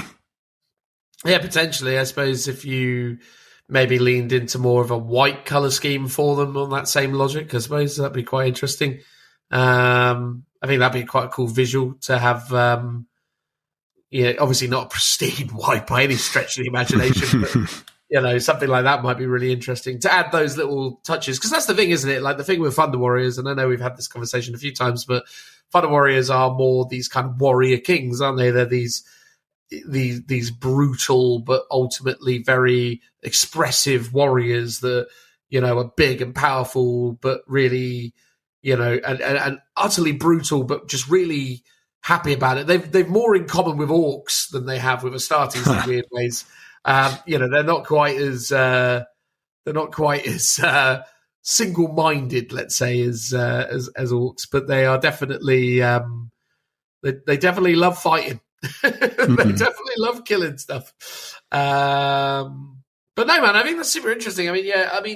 Again, obviously, what I'm reading here has given no clear indication on what the points differential is going to be, but sounds like you've probably got room in there for at least one Land Raider. So, I guess we'll find out. I would have thought so. I think my issue is obviously the other issue that I alluded to is the travel aspect. So I've got to fit them all into one carry-on piece of luggage to fit in like the overhead locker on the plane because I've got to go to Gibraltar with them.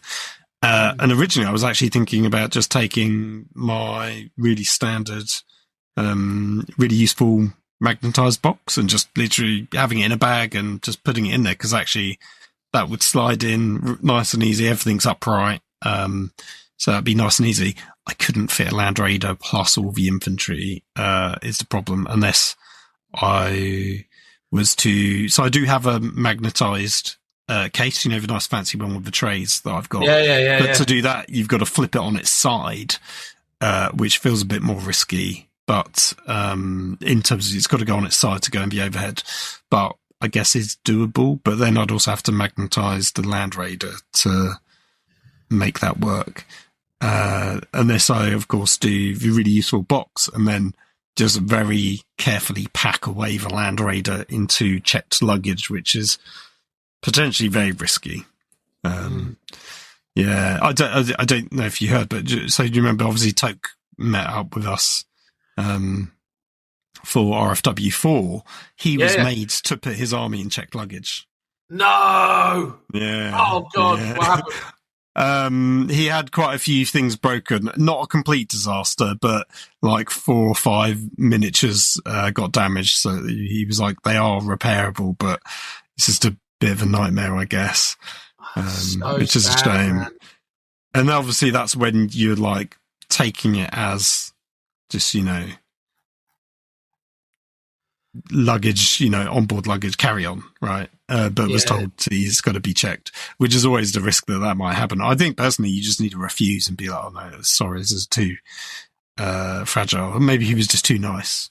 Or maybe he did politely refuse and they said, no, it's got to go in, which would be horrific for a lot of people. He is definitely too nice, but I feel like, I imagine he wasn't given much of an alternative. But yeah, crikey, I wouldn't have done this for him, mostly just because of, passport-related scenarios. But I have a passport and all that other stuff, but it's just, because the way the EU functions these days, basically driving across Europe as a British citizen now is a lot more difficult than it used to be. But and I didn't have really the time available either. But what I'm saying is, Phil, is that, I would have sooner have driven him. Right. Scenario. Yeah. Doable. I imagine it would take him a while. But what a road trip. Maybe that's for next year we do that, Dan. Well, driving back to ensure we go on a Warhammer European road trip. As long as we're not working, we'll be fine. But yeah, I suppose the other variable is you could figure out, if you did get the Land Raider Proteus, you can figure out how many of your minis you can actually fit inside it. True. With literal seatbelts, strap them in. Yes, yeah. Well, yeah, because you could. The problem is with the Proteus kit, though, is it's not like the because I built I built one of these. It's not the same as the 40K Land Raider, because the 40K Land Raider's got a very simple top shell that you can kind of if you didn't glue it on, you could kind of just take it off and maybe hollow out the inside, although that would contradict your paint the inside bit, but I'm guessing based on this time. I wouldn't be doing this. No. Almost, to be honest, for Land Raider will be something I'll pretty much be painting for this event and then probably never using again, because I'd want to flesh out the army with more infantry. What's a shame is currently, so you got a Land Raider Proteus kit, which can build 2 variants, one with the assault ramp and one without. But the armored Proteus is still a Forge World resin kit, which has the nicer sort of blockier sponsons, which is kind of what I prefer out of the 2.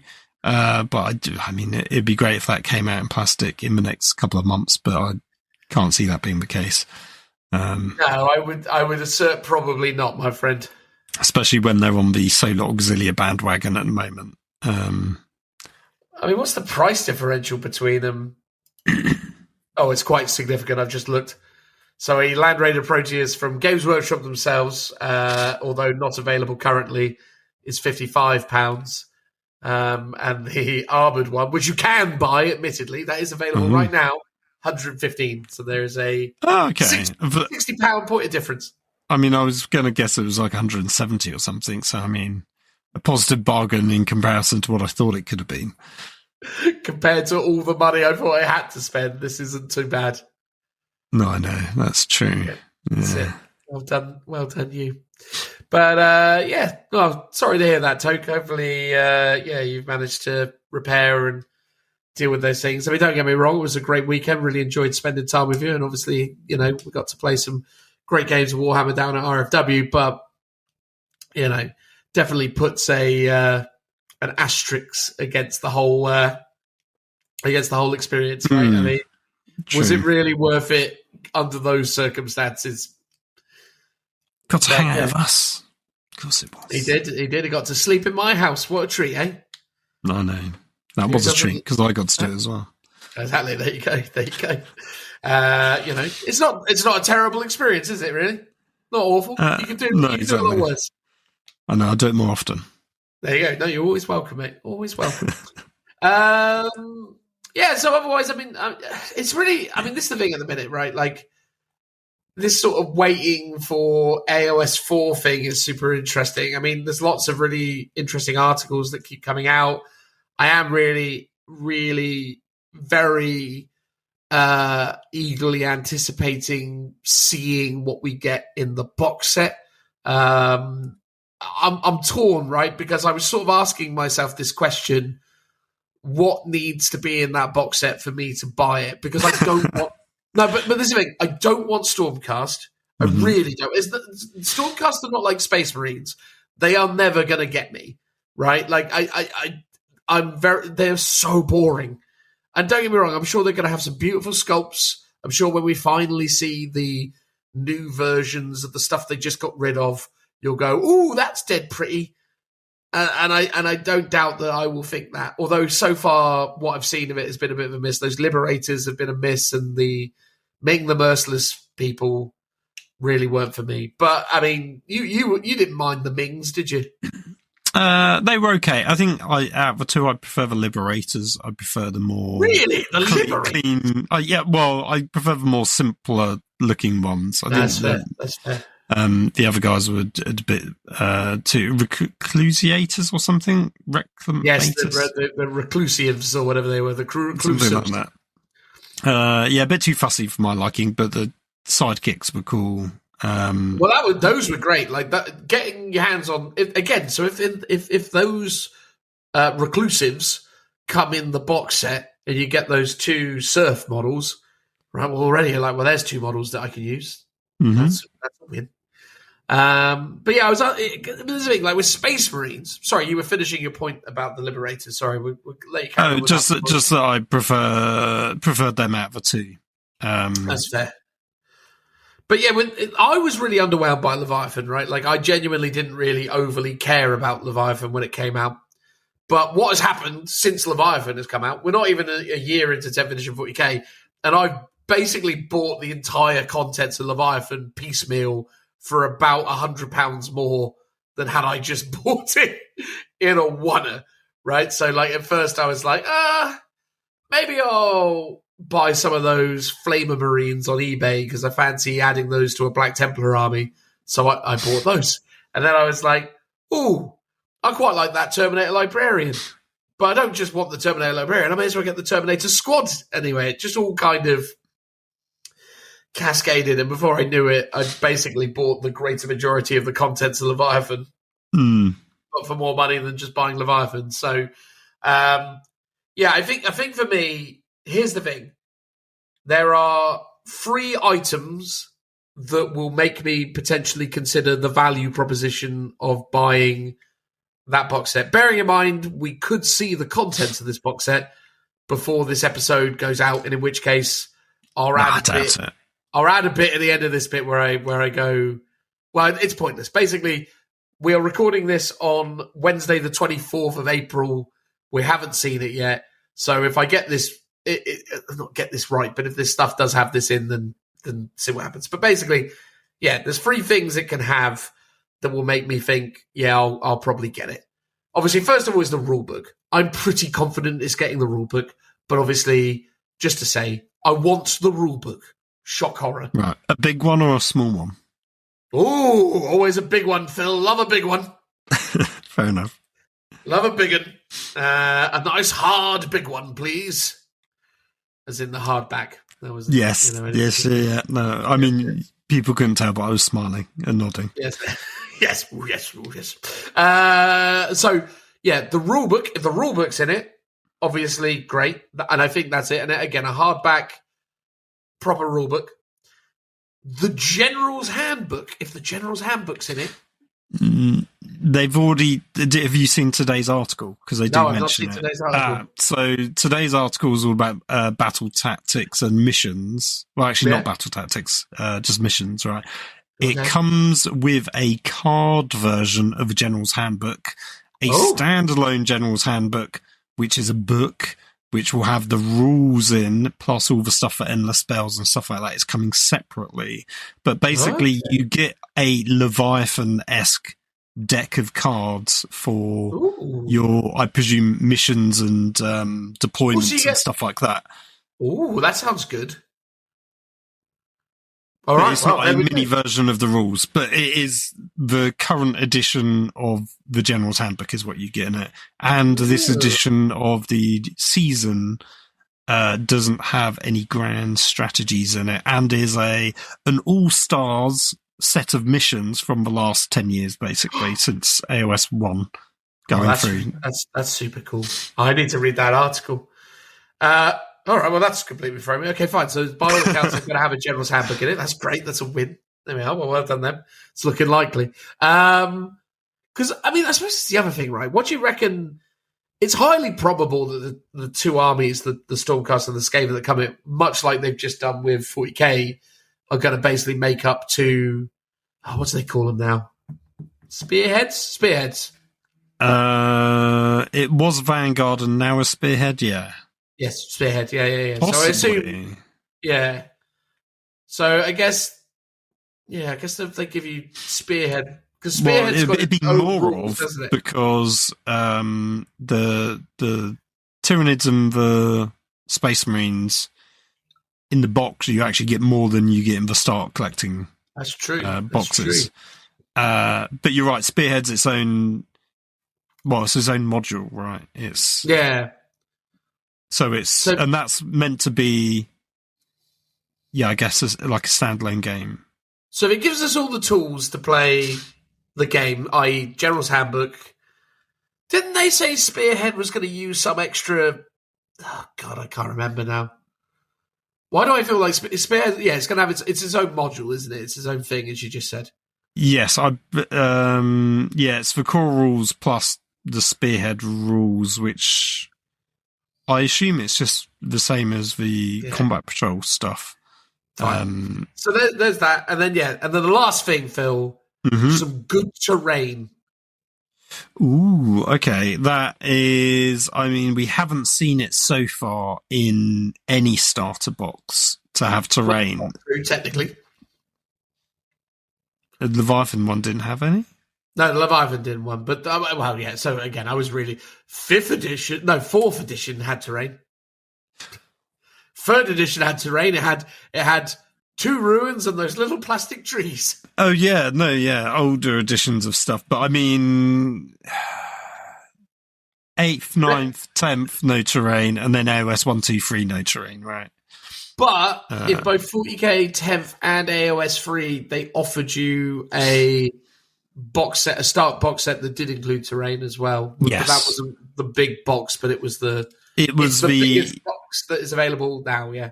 Yes, which is technically the starter set, but not the launch box, which is what we're talking about here. So, yeah. I mean, they've also previewed one of the Skaven minis, the Warp Lock. Is it Warp Lock Giselle Engineer? It's something like that. Oh, yes, I saw that. And I saw dear old Rob's from Honest Wargamers assessment of it, and he was basically asserting it doesn't seem very warlocky anymore. It just seems more like a sniper. All very engineering. Yes, I saw that as well. I mean, personally, I didn't care. I thought it just was a cool mini. And yeah, I agree. The scale and proportions of it was very cool. I mean, it'll be interesting if they take them in a slightly less warp lightning, I don't know, sort of visual cue. Like, they're very obviously mechanical, right?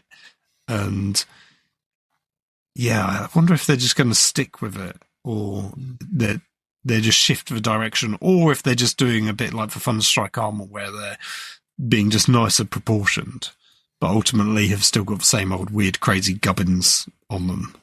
Yeah. Yeah, it'll be interesting to see.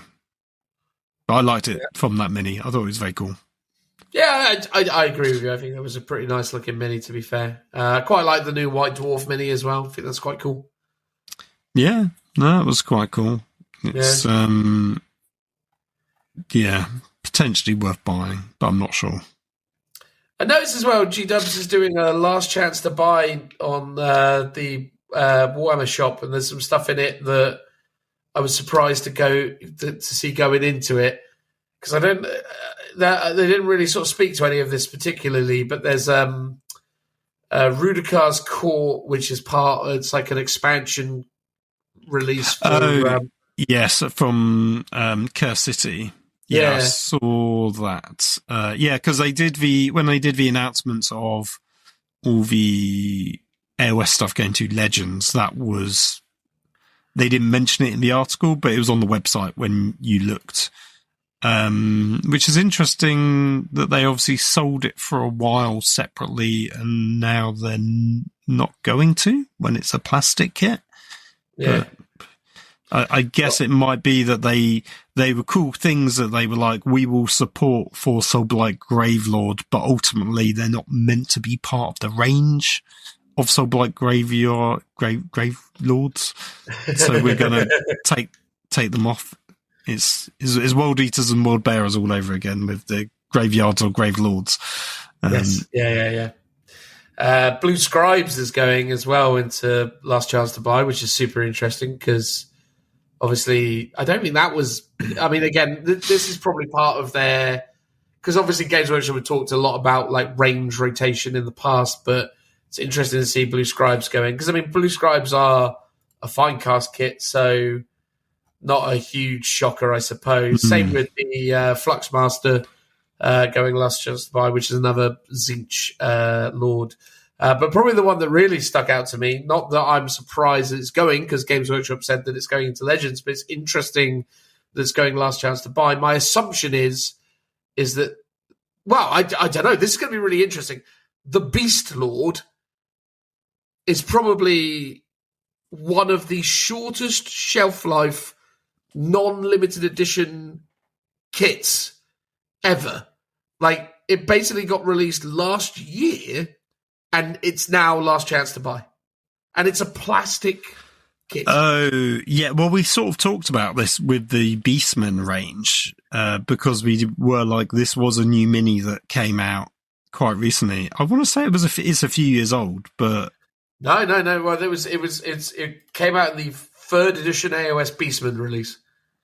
Yeah. I think it's slightly over a year old, because they did it with the goat, goat advert, didn't they? Yeah. So it was January 23, apparently. Yeah, so very short range. Bit of a shame. I sort of understand it. Maybe it'll appear in the old world, but that's going to be super interesting though, because do you think Games Workshop, with the rumors that you hear about specialist games and mainline GW, do you feel like, the mainline GW would, I mean, obviously technically they've gifted them units from AOS, they've moved stuff over, but yeah, because this guy's been, this was never an old world mini, this was only ever an AOS mini, so are we going to see this migrate over into the Beastman range for old world? I mean, it would seem silly not to, but you don't know for sure. Yeah. It's a bit of an odd one. Yeah, I was just surprised to see it go Last Chance. I was going to say one. Oh no, go on. If you've got a point about the Beastman, let's talk about that still. Before I No. No, I was just going to say, I'm just curious to imagine how many of these they've ever sold ever. Anyway, like, I mean, I can't imagine it's a particularly big seller. That was all I was going to say. But anyway, please. Quite likely. Well, I was going to say, you mentioned about the range rotation. And it's like, can you think of a time when something that got range rotated out ever came back? Well, so far, no.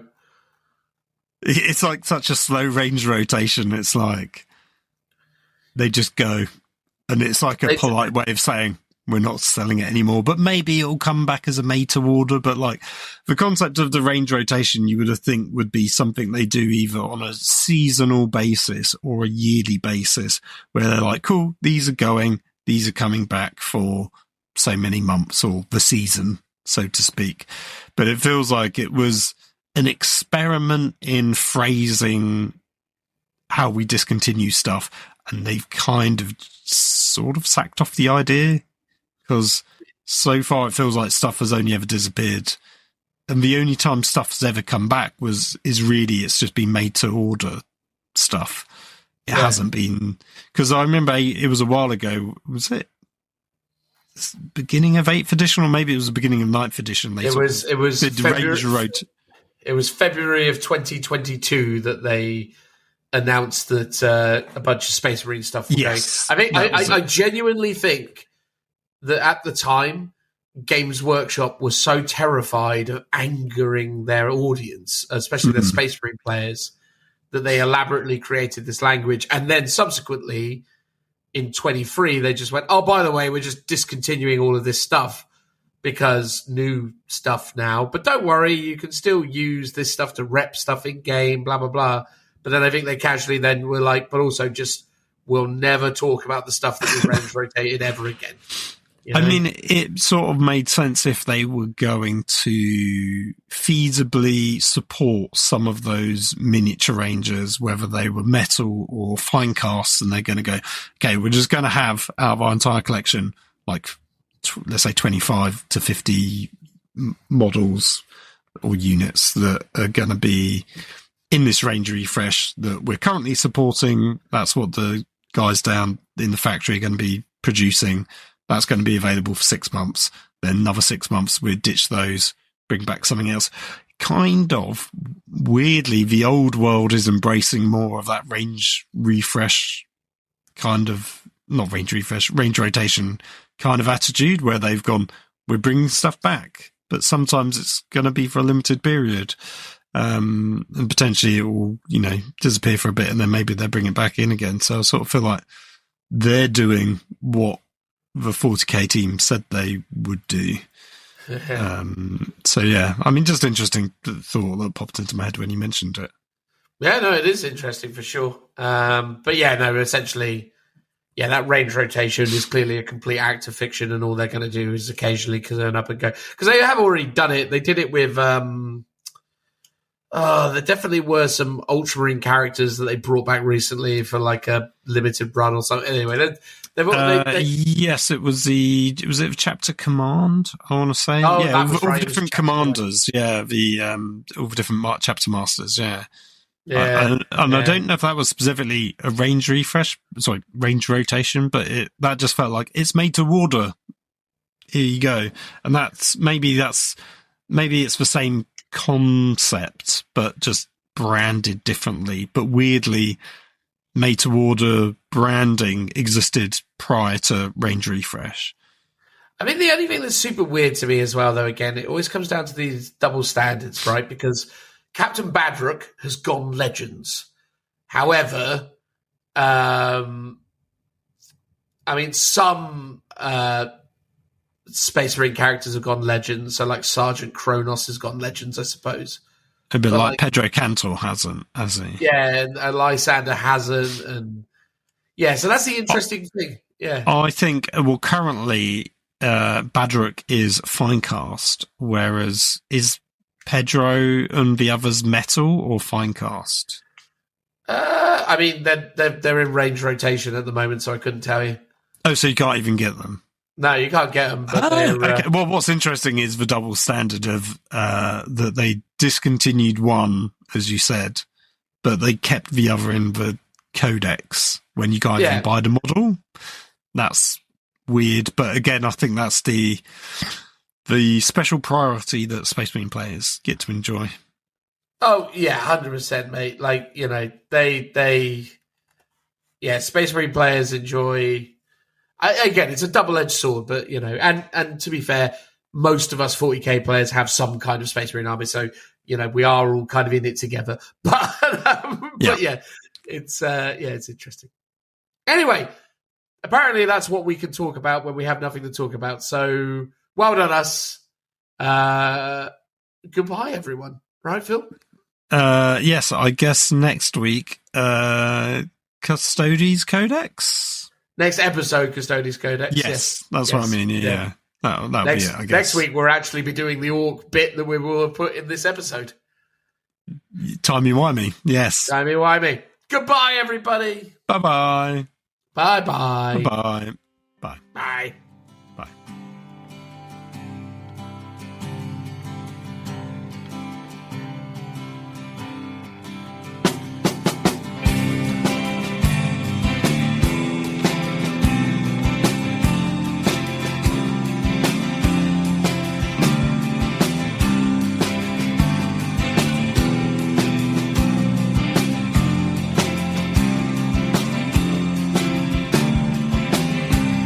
Rare and blistering sun shines down on Grace Cathedral Park.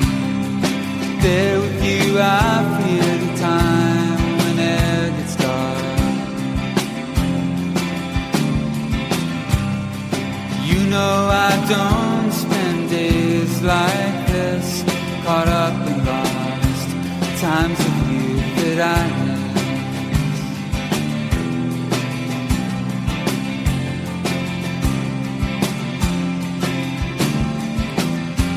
Can almost hear roller coasters and sailboats in the sea. Hear noise and screaming, weaving in and out of happy music box sounds.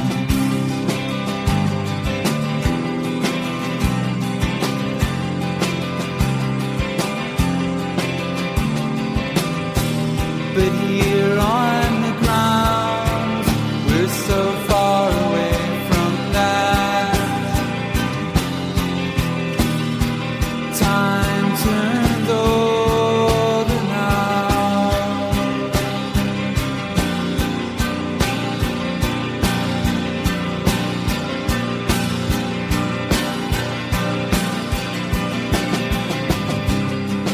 We walk down, I feel the coming on, fading sun. And I know for sure that you'll never be the one. It's the forbidden moment that we live in.